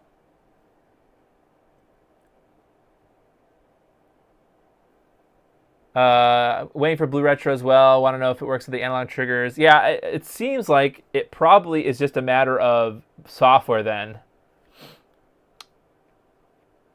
All right, so let's get into. It seems fine. The latency is. It seems like it might be more, but let's find out. Someone said Need for Speed.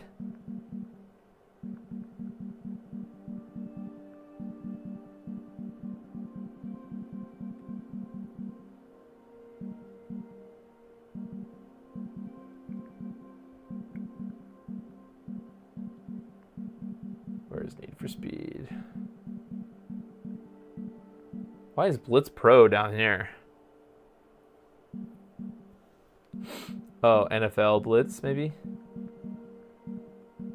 Is there where's Need for Speed? What? Is there not a Need for Speed? Does anybody have a good idea for a, oh, here it is. What the heck? That seems weird to be for it to be like out of order. How about Need for Speed Most Wanted? Oh no. What's the oldest one? Underground? Sure. I didn't know they made Need for Speed Underground for the GameCube. That's wild.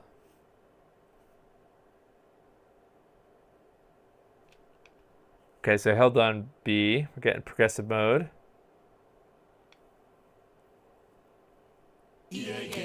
Oh gosh, you know what? This game is gonna absolutely demonetize me.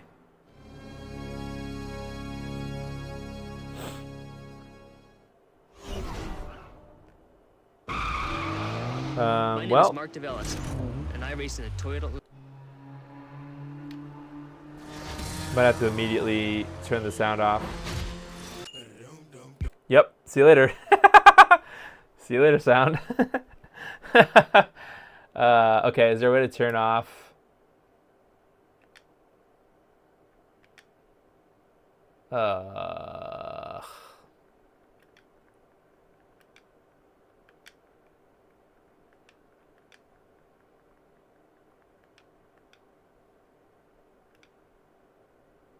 Sure, turn autosave off. Okay, is there a way to turn...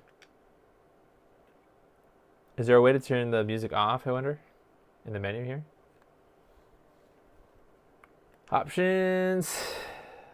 Audio, volume, music volume off. Sure. There we go. Okay, can I turn this on now? Yay. Okay, cool.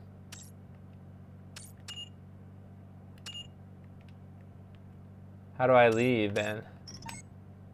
Oh.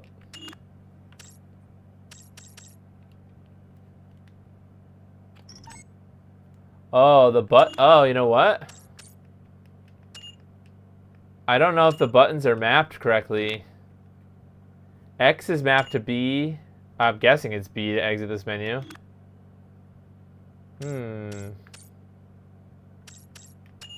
Is there some sort of a controller setup?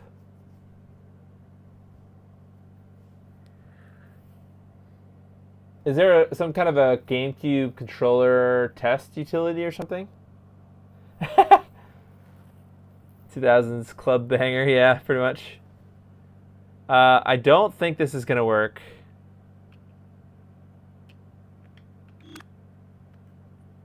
Interesting. Okay, is there a way to...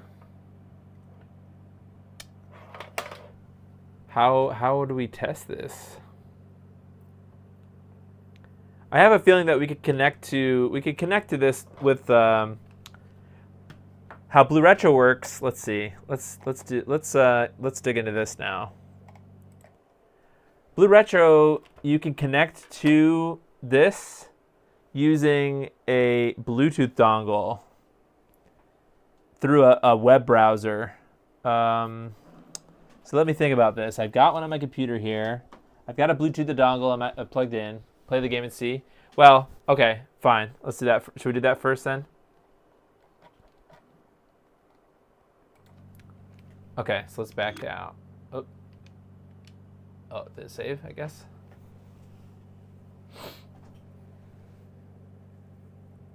Sorry, all you Need for Speed Underground people. Or song lovers, because there's a lot of bangers in this game.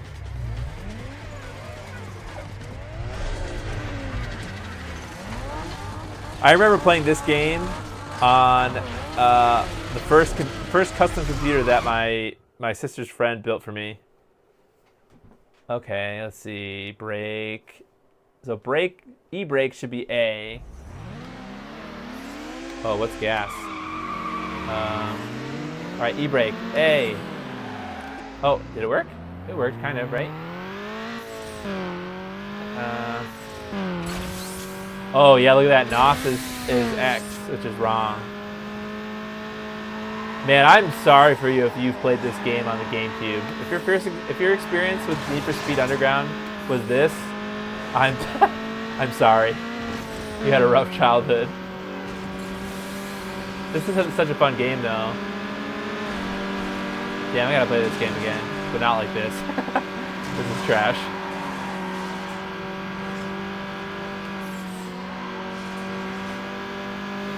I'm just gonna hold down the gas pedal the whole time.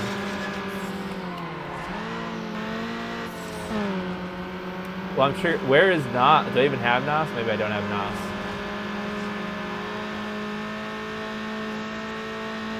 Yeah, all the buttons are not mapped correctly. There's no rumble. I don't feel any rumble. I don't know if I should be feeling rumble, but I'm assuming I should be feeling rumble.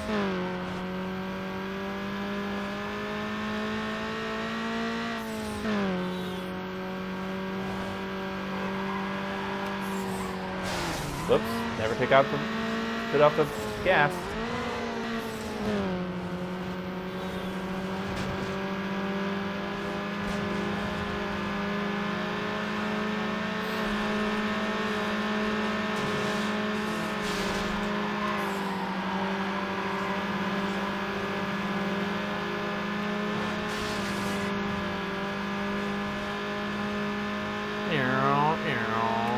This is such a fun game. Damn, I want to play this whole game now.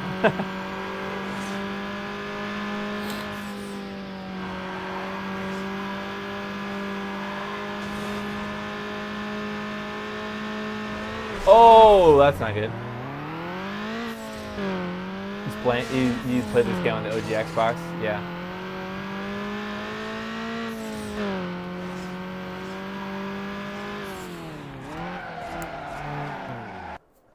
Well, okay, so the controls are all out of whack. I lost. Just because I didn't come in first place, I lost. Okay. Rude. Alright, now let's figure out how we connect to this console shines with exclusives. Most third-party games not so great. Yep, pretty much. Recently got my PS3 Slim to play PS2 games, and I've been playing Need for Speed Underground 2. Played it a lot back on the PS2. Yep. Both of those games are pretty fun. I think that's the last time that Need for Speed, in my opinion, was good. I have not played the newer ones, but I liked Hot Pursuit 2 is the first Need for Speed I ever played. And then I played the heck out of these two, Underground and Underground 2. That was where it was at. All right, so let's look at...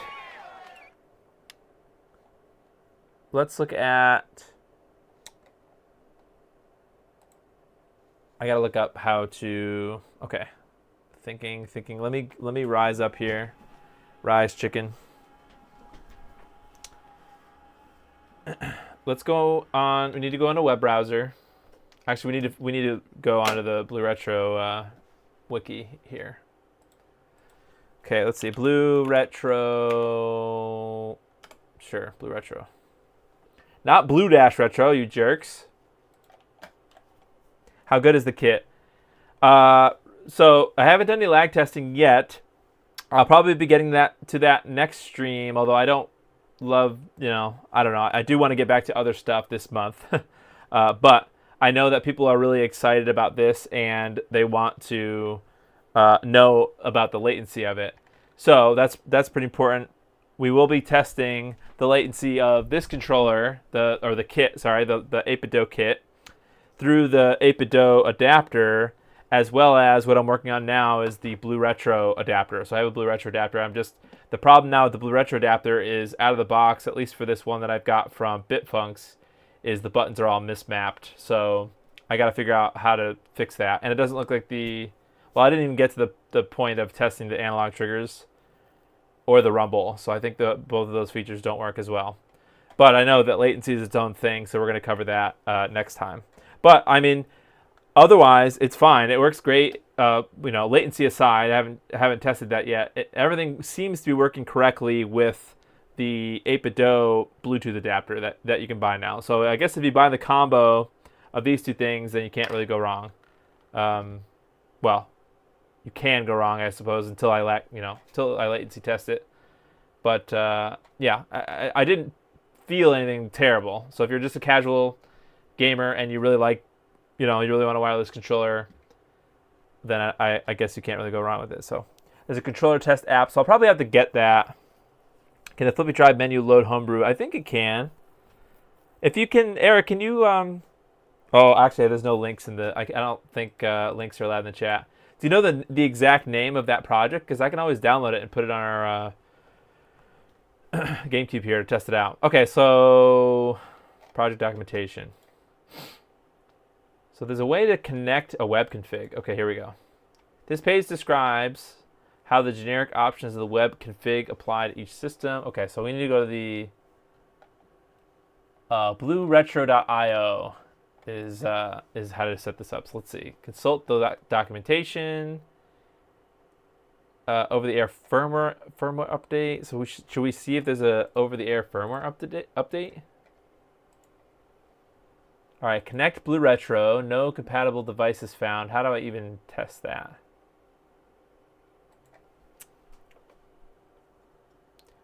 I don't have it. I don't know if this came with any documentation. I think I threw it out. How does the adapter fit in the back compatible Wii? I can tell you in a second.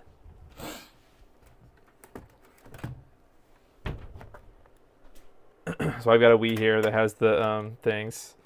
The Blue Retro dongle is sort of curved a little bit, but there's a gap. You see there's a gap between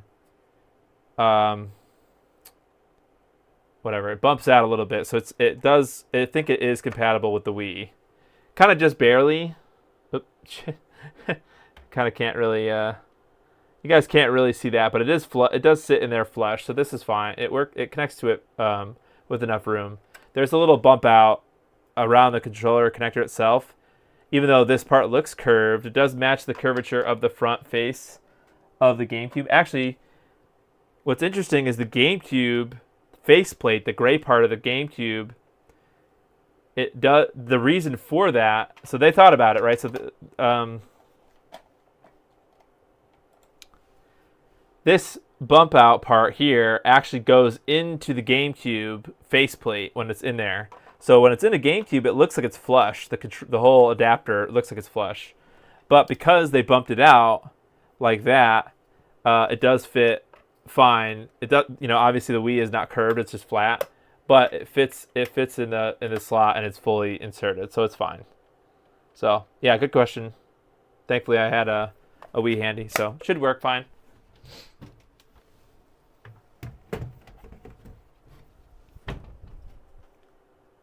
This controller works on Mister. So I will be testing that, Vincent. Obviously next time, probably. That's a whole thing. It's going to take a little bit of time. I have the setup that I'm trying to go for is if you have one of the official GameCube or Nintendo USB GameCube things for a Switch, that probably should work, I hope. But I have this Mayflash brand adapter that I got on Amazon. I should put a link in the description next time. But it has two USB ports. I guess one's for power maybe and one's for data. I think this should work with the Mister. So then you just plug in. I'll put a link in the description of this video tonight or tomorrow. So then you just plug this in, and this is how we're going to test through the Mister lag test utility. Okay, so it'll be wired basically through this. So first thing we need to do is we'll need to get through this adapter the latency of a wired controller. That gives us our baseline, and then we can pair it to both adapters. So I want to do this adapter, the latency through this, and then the Blue Retro. But what that requires is I actually need to solder two wires, to the GameCube PCB. So I'm going to use this PCB, this OEM wired controller. So this is the wired controller I'll be using. And I'll be soldering some wires to one of the buttons. And then that'll give us our baseline. But then I'm going to have to do the same thing to the brand new PCB, the brand new 8BitDo PCB, and solder some wires to the pads. So the lag testing utility automates the pressing of the buttons. So, well, so far not good, but we'll have to see, right? So let's maybe we should do what nobody wants you to do, and that's go on AliExpress to Bitfunks. Maybe they've got some kind of a documentation. I can't believe I'm going to Bitfunks to see if they've got documentation. That's pretty funny. I don't know why. It's not really that funny, but what is the search term that's automatically in here? 13x6 HD lace frontal wig human hair. What the hell is that? AliExpress. I don't know what it's doing. Okay. I know Bitfunks is a company here on AliExpress. So let me see if I can find their company name. Okay, here's Bitfunks. Oh, it's all one word. That's why. So let me get to their company. How do you get to their company here? Oh, oh, this is harder than it seems. Store. Okay, here we go. All right, so now I've got to find. I probably should have just typed it in.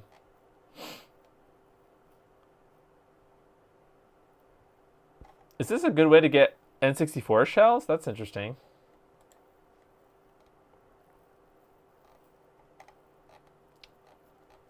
I'll just type it in. This is stupid. Okay. 13x6 HD lace front wig human hair. On the right, you saw it somewhere? Let's just type Bitfunks GameCube.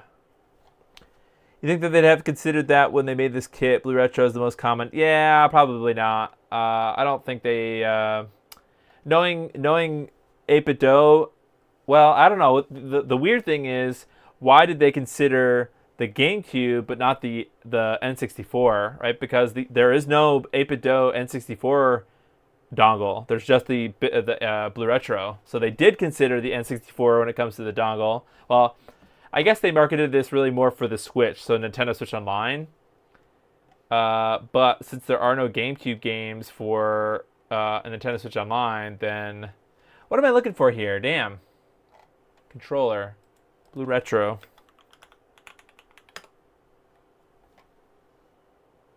Okay, so you can buy individual ones, but I think this is the one that I bought here, Retro Scaler. Okay, let's see. Do they have a link to a some kind of a documentation? Oh, okay, here we go. NGC Blue Retro. Retro Scaler has their own GitHub. Not only the N64, check out the SNES and SFC shell. So it's cheap these days. Interesting. That might be a good way to get a shell for the 8BitDo drop-in boards for that. So, okay, so they have their own. They have their own GitHub here. This device is a wireless controller adapter for GameCube consoles, compatible with the best-selling Bluetooth controllers on the market. What the hell does that mean? Based on the open-source project Dark Cloud, built on the popular ESP32, supports blah blah blah. Okay, only suitable for GameCube consoles. Up to 4 Bluetooth controllers. Got it. Bluetooth status. Enable okay, so here's some button stuff.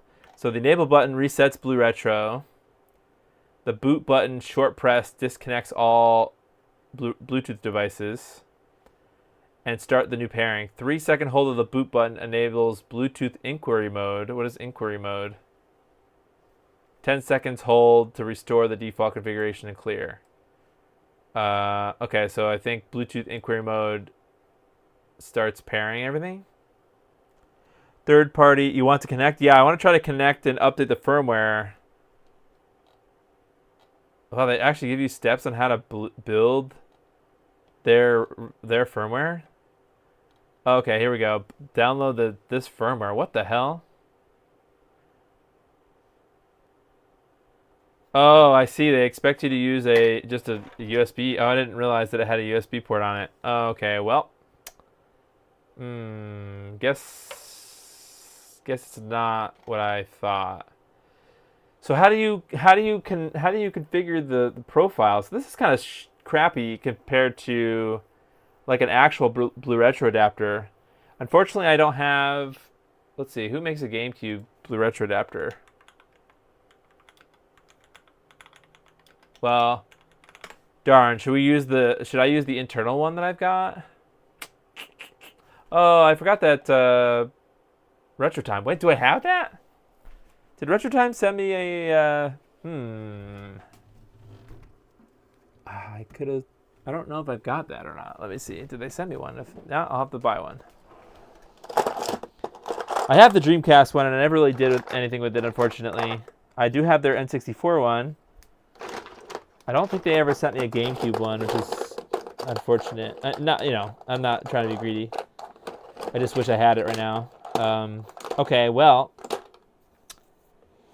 everything's fine. If I had a real any of the other ones, I'm sure it would be normal Blue Retro firmware. You can connect to it. So I guess I'll just not consider this as an option. This Bitfunks. I guess I shouldn't have considered it in the first place. Guess I knew what I was getting into there. We don't update firmware here. Shut up, Belma. I guess I can try to update it through the utility and try it again, but I don't see any way through there to... I didn't see anywhere through there to change a profile or change any button mappings or anything. Right? It's just update the firmware or not. So I don't know how you would ever configure, because if you get a real Blue Retro adapter, they let you change there's some configuration stuff. That's what I thought that I was going to be able to do with this, but I guess I'm horribly mistaken.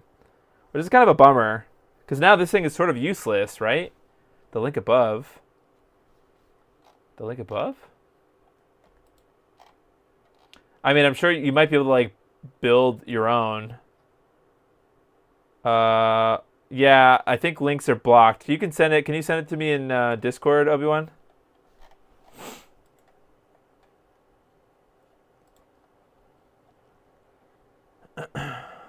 Limited edition Fortnite DualSense controller.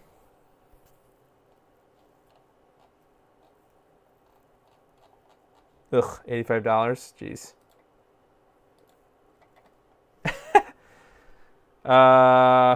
Well, that's kind of a bummer. That kind of puts a damper on things. Well, at the very least, next week we'll be able to test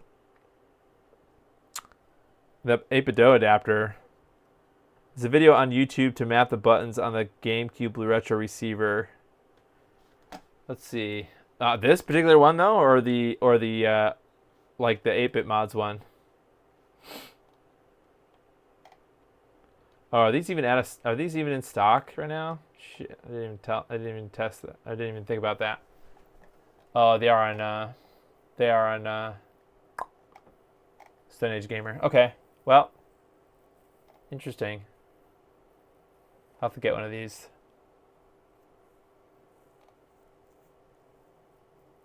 Oh, really? You can use the official site? Oh, yeah, let's see. Through the Okay, let me go back to that. Maybe I missed something. I didn't RTFM. Okay, you simply need to choose the bin. Okay, this page, blah, blah, blah. Process is quite long. It takes 10 minutes of the laptop and much more of the phone. How do you connect it? Mapping config, presets, example. Button map. How do you map it? How do you connect it?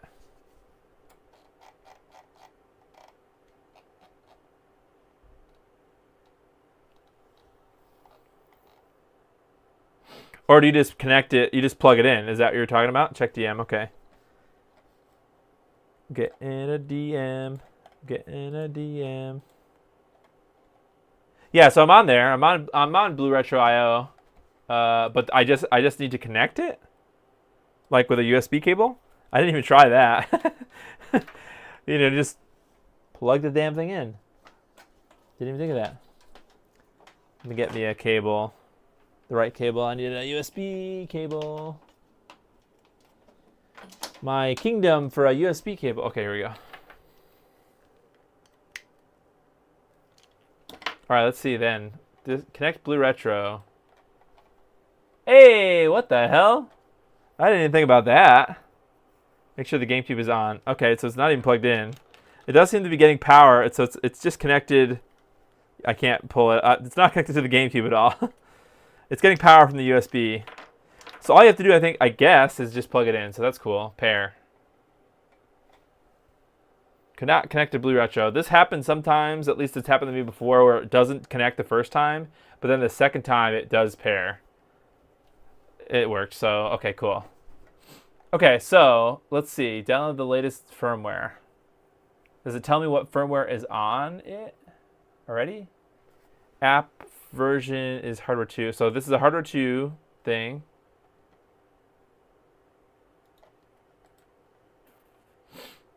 Blue Retro firmware.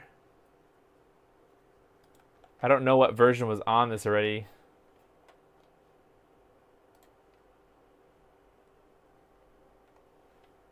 Oh no, I have to do a download thing? Or is it in the GitHub? Are there releases here in the GitHub? Not that I don't like giving Darth Cloud money. Okay, I see releases here. Okay.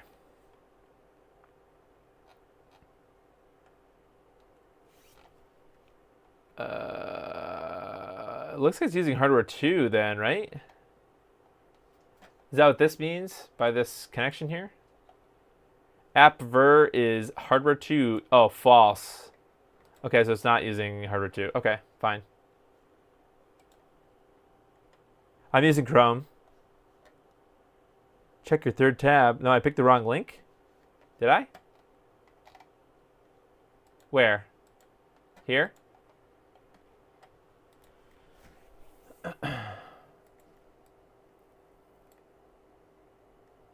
Well, this is the itch.io link. I think I can just get it from here, from the new releases, right? Oh, the source code. Hey, look at that. They make you go. He makes you go through here.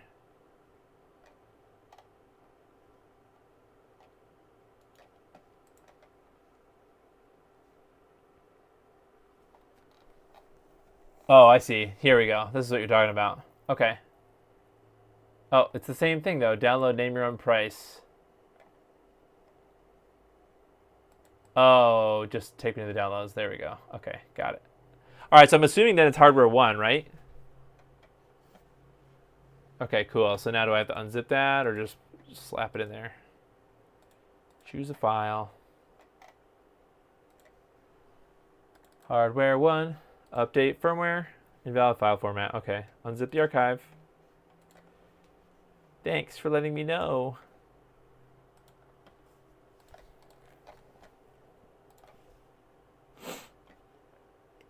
Okay. Nice. All right, let's go back. Choose file. In there. Holy cow. All right, I forgot you got to choose the right one. So we use, this is hardware 1 GameCube.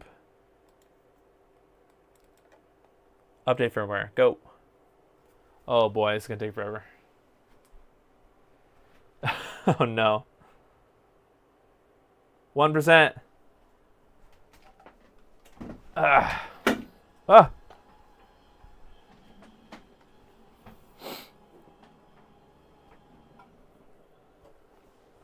3%.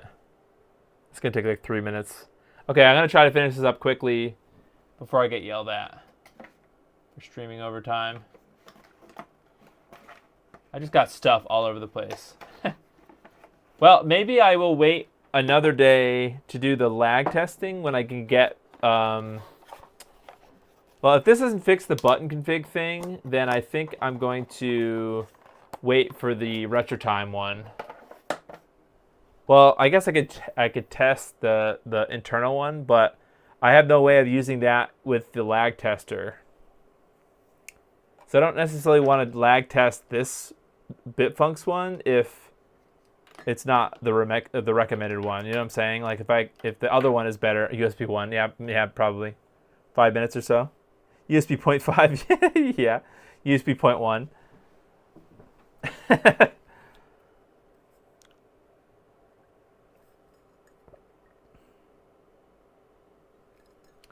Oh, I can turn the sound back on maybe for a minute. Listen to some music. So, while this is waiting, or while we're waiting for this,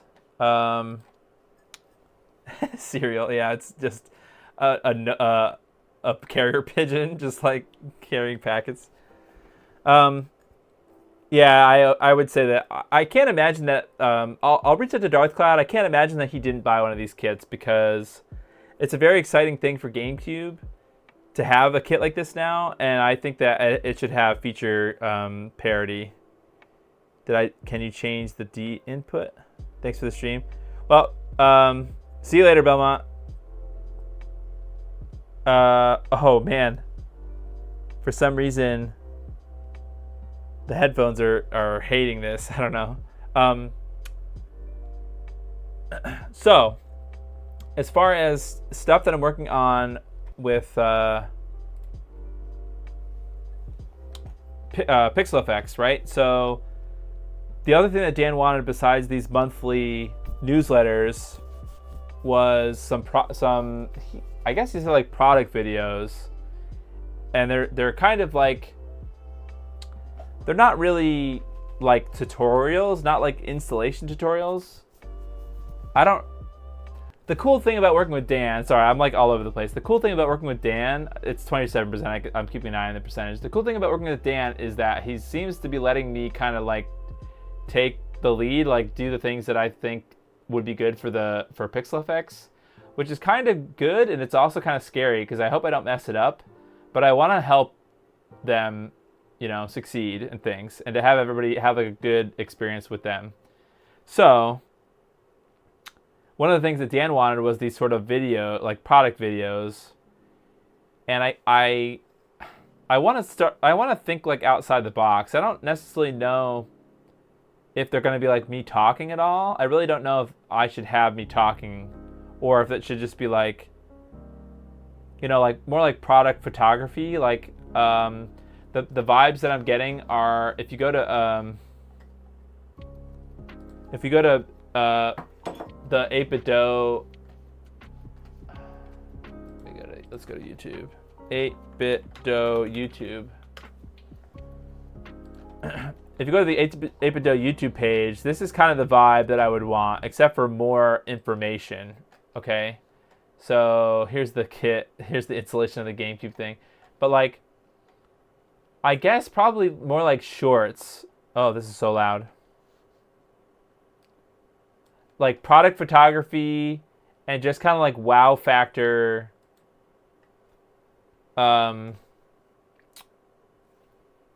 Like, I don't know, like interesting shots of the product and using it.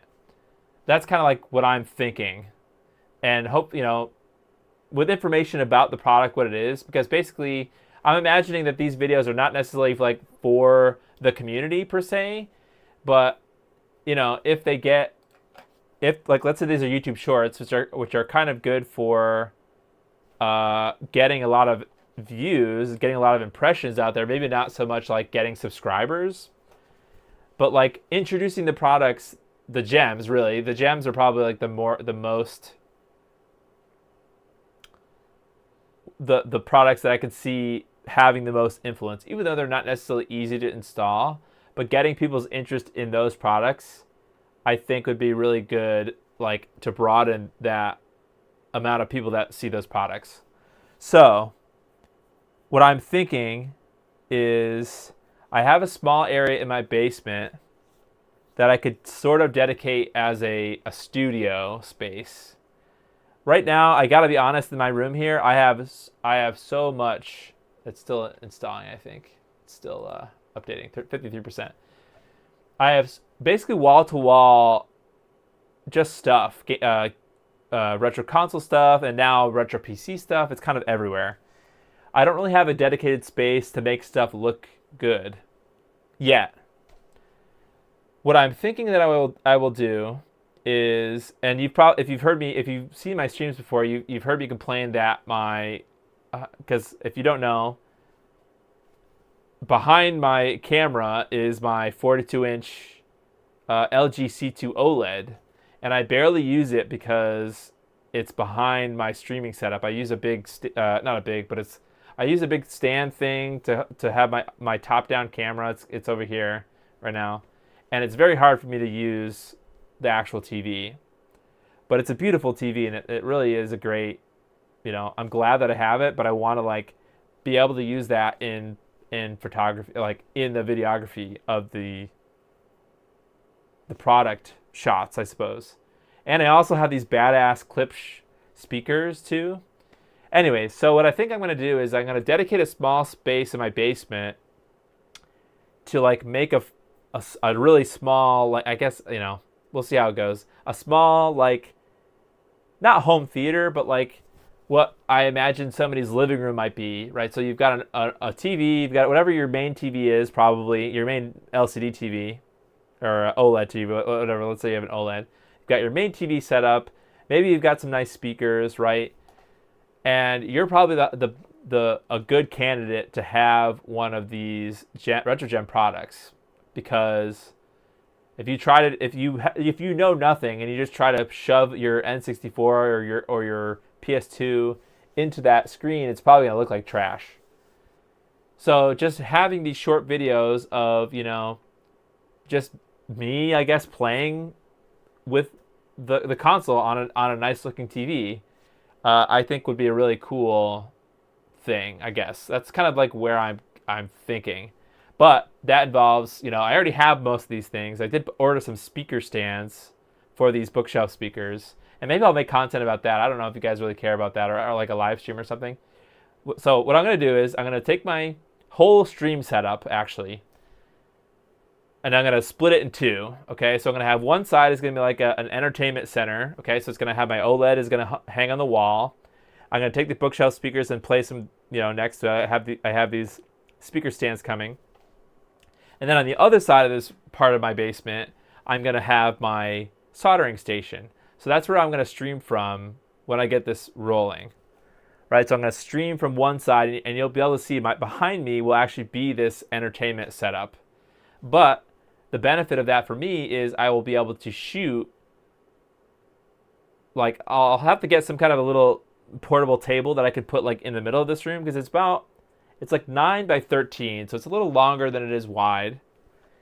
And it would be cool to just have these kind of 8BitDo style videos, right? So they just have these cool product photography shots, right? So let's get one more of those.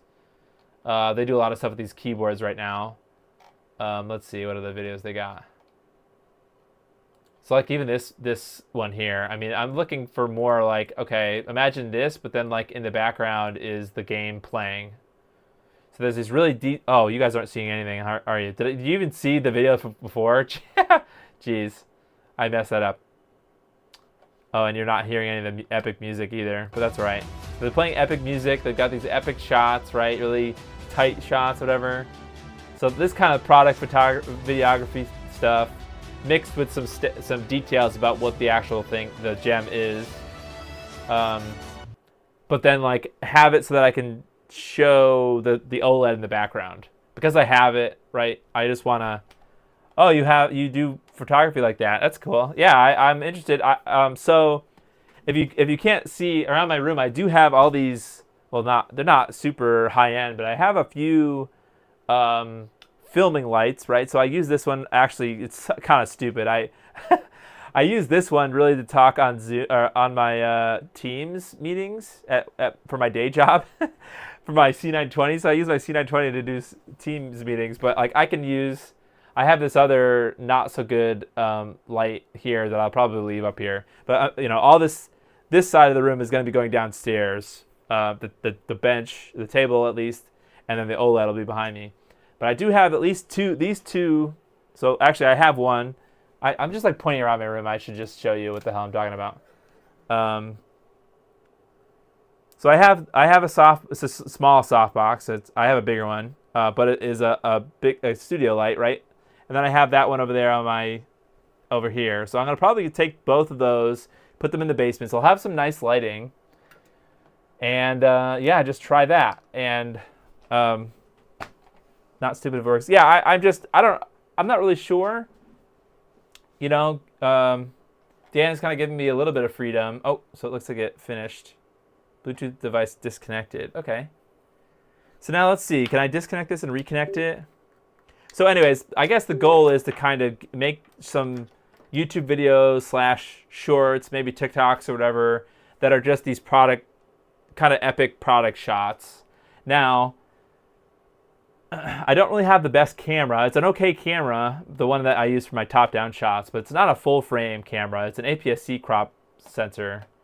So ideally, I would like to have a full-frame camera. That way you can have some really sexy, like, bokeh and stuff like that. But all right, so let's connect to this thing. It's already paired.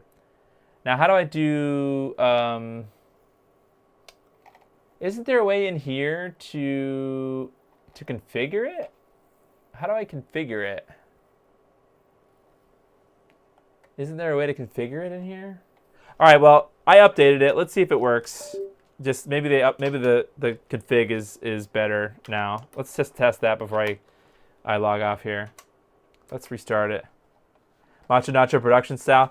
Yeah, I suppose. Yeah, I mean, I've done a lot of you know, research about it, and I'm not against you know, kind of stealing ideas. That's why I kind of, you know, I like the 8BitDo videos, and I do, you know, I highly appreciate Tito's film style. So yeah, something like that. Index. All right, let's try it. Oh, index. Oh, was I on the wrong page? Oh, okay. Well, let's just try it without anything first. Let's see if the oh, I didn't see that. We gotta look for that GameCube controller test thing.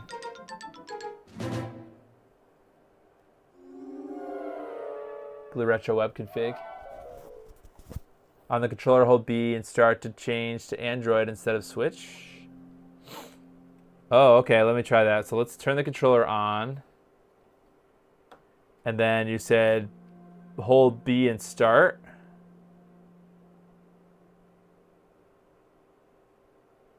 Or is that when it's off? Oh, it turned off. Okay, so it's blinking again. I think I need to repair everything. Okay, so I press boot. Isn't that supposed to kick everything out? Okay, so it's repaired now. I don't know if that did anything. Oh no, it's not repaired. What the heck? What was it? 3 seconds I have to hold it down for? 1, 2, 3. Okay, there we go.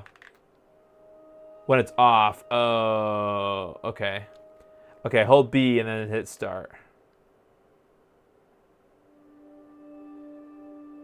Okay, so we have a Blinky McBlinkerson light. Okay. That didn't do anything. God dang it. Really? Huh. Let's try to repair.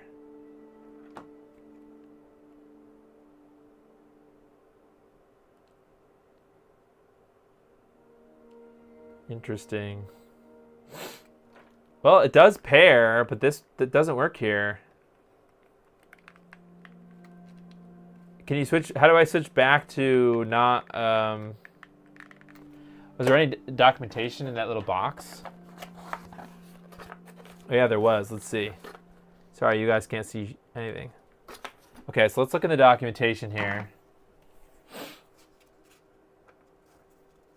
Hotkeys. Start plus down equals the home button. Start plus up is the back button. Bluetooth connection. Ensure the controller is off, then press and hold Y plus start for 3 seconds to turn on the controller and enter its pairing mode. The status LED will blink rapidly. Okay, so that's switch mode. Hold the start button to turn on the controller. Hold the start button for 3 seconds to turn off the controller. Hold the start button for 8 seconds to force the controller off. Start and Y. Okay, Bluetooth connection.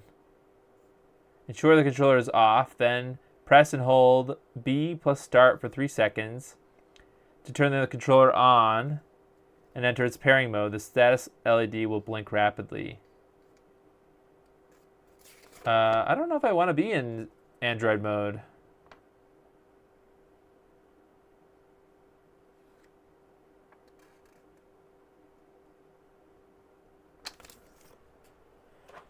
All right, let's turn it off. Okay, B and start. Did it just turn on again?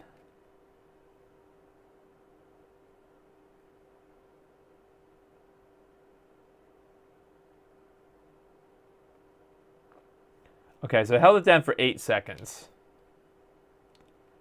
So now I need B and start for 3 seconds. Okay. So it's blinking fast. I think we're in Android mode now. Now, how do I do the blue retro majig here? Oh. Okay, so it seems like it paired. And it just doesn't work here. Let me see. Let me reset. Maybe that.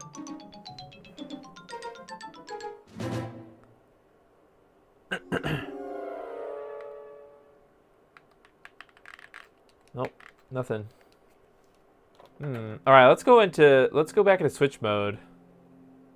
Did I just brick this thing by installing updating the firmware?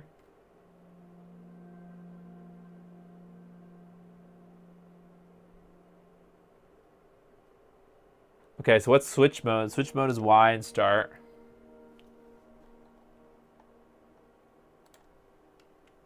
Okay, Y and start for 3 seconds. Okay, so we're back in Switch mode now. The blue retro dongle is automatically in pair mode.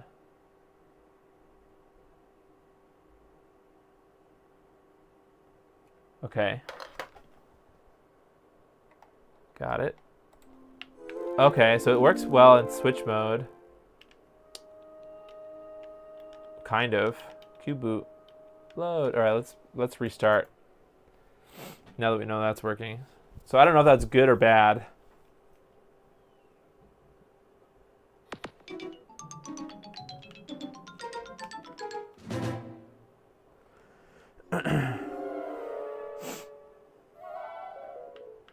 Oh, now it doesn't freaking work again. Okay, it disconnected for some reason. Oh, it just turned off. Okay, fine. Okay, so it's connected again. All right, so can we find that utility? Let's see. GameCube controller tester dull. Oops, I pressed the wrong button. Dull. All right, let's see where we're going.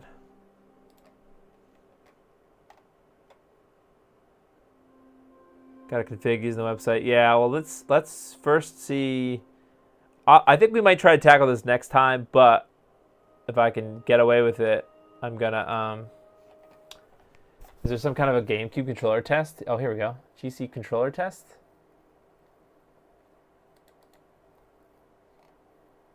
Here we go. Wii version, GameCube version. Oh, perfect. Okay, well, see you later. Maybe there's a repost somewhere.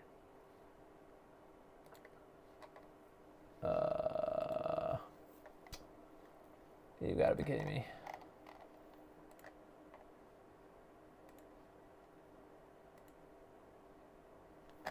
Great. Okay, well, that's nuked.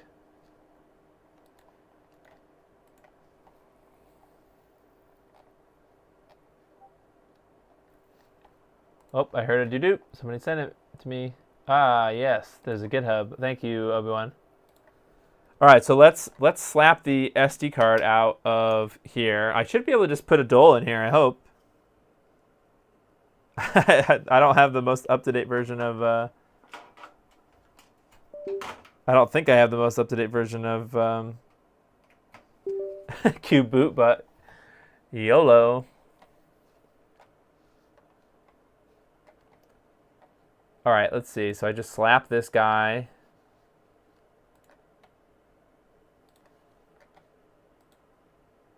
Did I download it?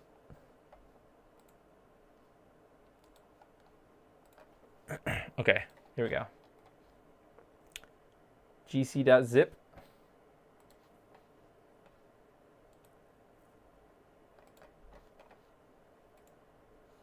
gc.zip. gc.zip. Okay, so let's put this guy into what? Into the F drive. Okay.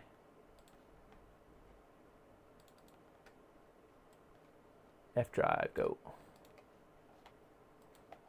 Okay, that's called what? Control test?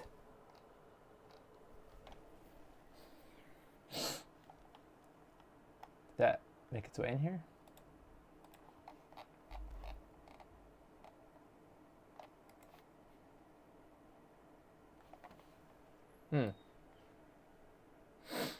I don't see where that went.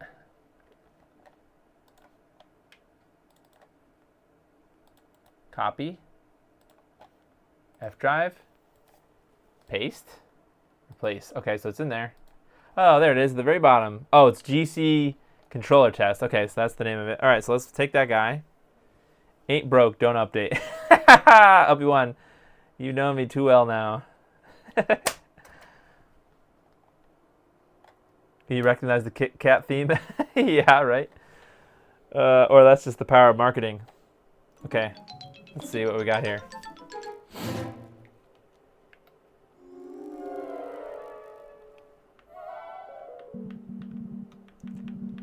Okay, is this going to include Doles just in here?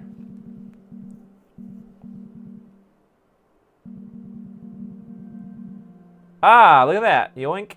Start. Oh, no. Oh, the controller is all... It's the wrong...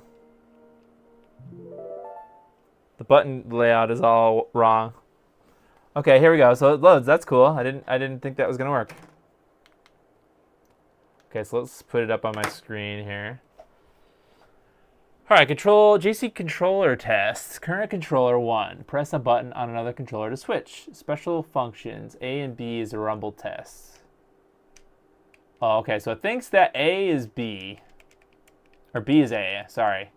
So B is A. Should I be writing these down? Maybe. Okay, so the Z...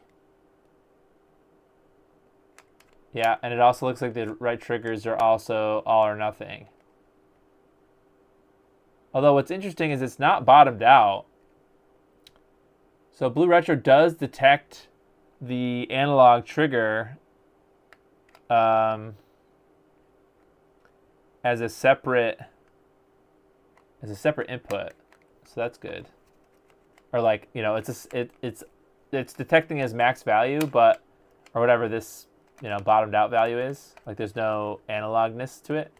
But that's probably a software thing. Okay, so stick value. Okay, so it seems to get the sticks right. C stick and the thumbstick are fine. It's just, so Z is correct, L and R are correct.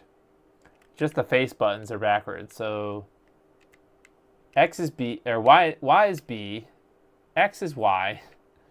A is X, and B is A. Actually, does that mean it's just rotated? So B is A is X, X is Y. Yeah, it's like rotated 90 degrees. That's interesting. Does rumble work? Okay, wait, so what's B and A? Nope. B and A, rumble does not work. Don't work. Okay, well... Had to revert the previous firmware to get the NES receiver to work. Interesting. How are we feeling about it so far? I haven't tested it yet on real hardware. Amahuma Haba. Amahuma Haba. It's all right. If you use it, well, okay.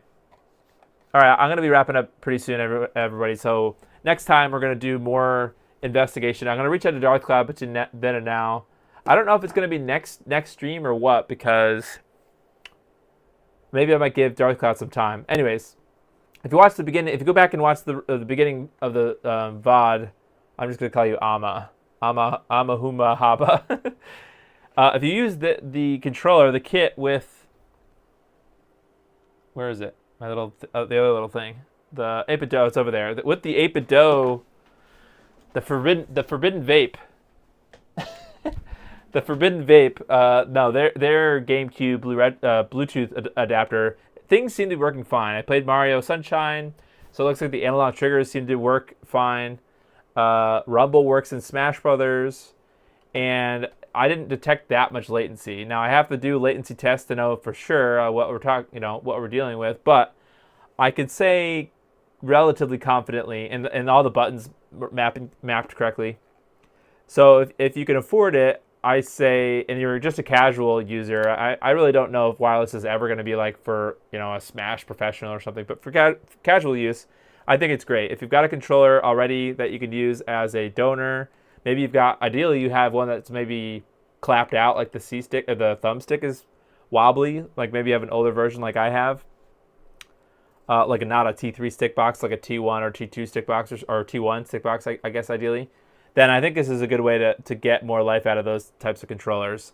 And, you know, you'll have to spend to get the Blue Retro or the 8BitDo adapter. Now, I'm sort of working through testing my, this is the Bitfunks one, but I'll have to get the RetroTime Blue Retro adapter. I do have the internal Blue Retro adapter from Wavebird in a different GameCube. So I'll have to test that out. But I think the next time that I do stream this, I want to do latency testing, just to know what we're talking about, sort of baseline, and compare it to a wired controller. So, yeah, no, yeah, Flea. I think maybe it's just up to software at that point. What am I breaking now? I'm doing all right. Retro my bits. Thanks for asking. No, I'm doing good. Life's good. You're gonna have to wait for the internal Blue Retro one. Yeah, I'll reach out to Darth Cloud and I'll see if he's expecting to get a kit. So yeah, that's the fastest anyone's got your username right. Really? Ah, yes, phonetic sounding name. I'm a Humahaba. I got one 8BitDo and a Laserbear internal, and I'm excited. Yeah, I we'll have to try the internal one. I'm not sure if it's different, but it shouldn't be that difficult to fix the button layout. It just seems like it's rotated 90 degrees, like all the buttons are just shifted. So B triggers the A button, A triggers the X button, X triggers the Y button, and Y triggers B. So the face buttons are just shifted 90 degrees. So I don't know if obviously that's a software thing. But that was what we were going to try to do with the configurator thing. But it sounds like other stuff is wrong, right? So the analog triggers are not being detected. I don't know if that's a configuration thing. But also Rumble is not working either. So we'll dig into the config. That might be just a simple config thing that's already implemented, that all you have to do is turn it on. But you're right. I think if you have a profile... Well, I don't know. I'm not sure. If the profile that's already loaded onto the Blue Retro adapters is for like a specific controller, like the Switch controller or something, then maybe it's always going to be the task of mapping the controllers for the right, but the buttons, I mean, should be using the same firmware. I think you have to connect the Wi-Fi to the Wi-Fi site. You enjoy modding more than playing the game? Yes, indeed.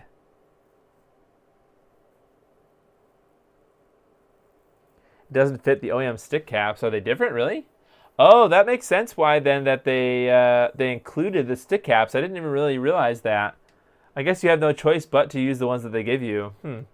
But they're Hall effect sensor thumbsticks, I think, right? I'm pretty sure I heard that somewhere. So, not like the original ones. I don't think the original ones drifted. I think it was more of a matter of the... I don't know, just long-term longevity, I suppose. So, anyways, all right, a little bit of a disappointing stream because I didn't get as far as I thought I was going to, but I shared the information about me working with Pixel FX now, so you guys can go back and listen to that. There's a part in this stream where towards the beginning that I kind of shared that I'm working with Pixel FX, helping them write their newsletters and things, and I'll be doing some other things going forward. So, yeah, the OEM stick posts are slightly smaller. Got it. Cool. All right, I'll reach out to Darth Cloud, see what he could do if he's expecting to get a kit, to see if he can try to get it to work. Just kind of out of the box. So we'll have to see. Maybe it's just a simple thing for him to just have a firmware update and it's ready. I imagine that it's probably not going to be that easy. I imagine you're going to have to do some button configuration stuff. So, okay. Goodbye, everyone. We'll see you next week. It'll probably be something different, just so that I have a little mini break and I have enough space I don't know. I gotta get these products. I literally have just crap on a table, a small table here, and it needs to be gone. So I have to finish the Xbox, and then I have the SYF board to do again. Just so much stuff all over the place, and it's just encroaching. Plus, I have to set up the basement. If you guys heard me talk about that, I've got to set up my this new stream setup. So, all right, goodbye.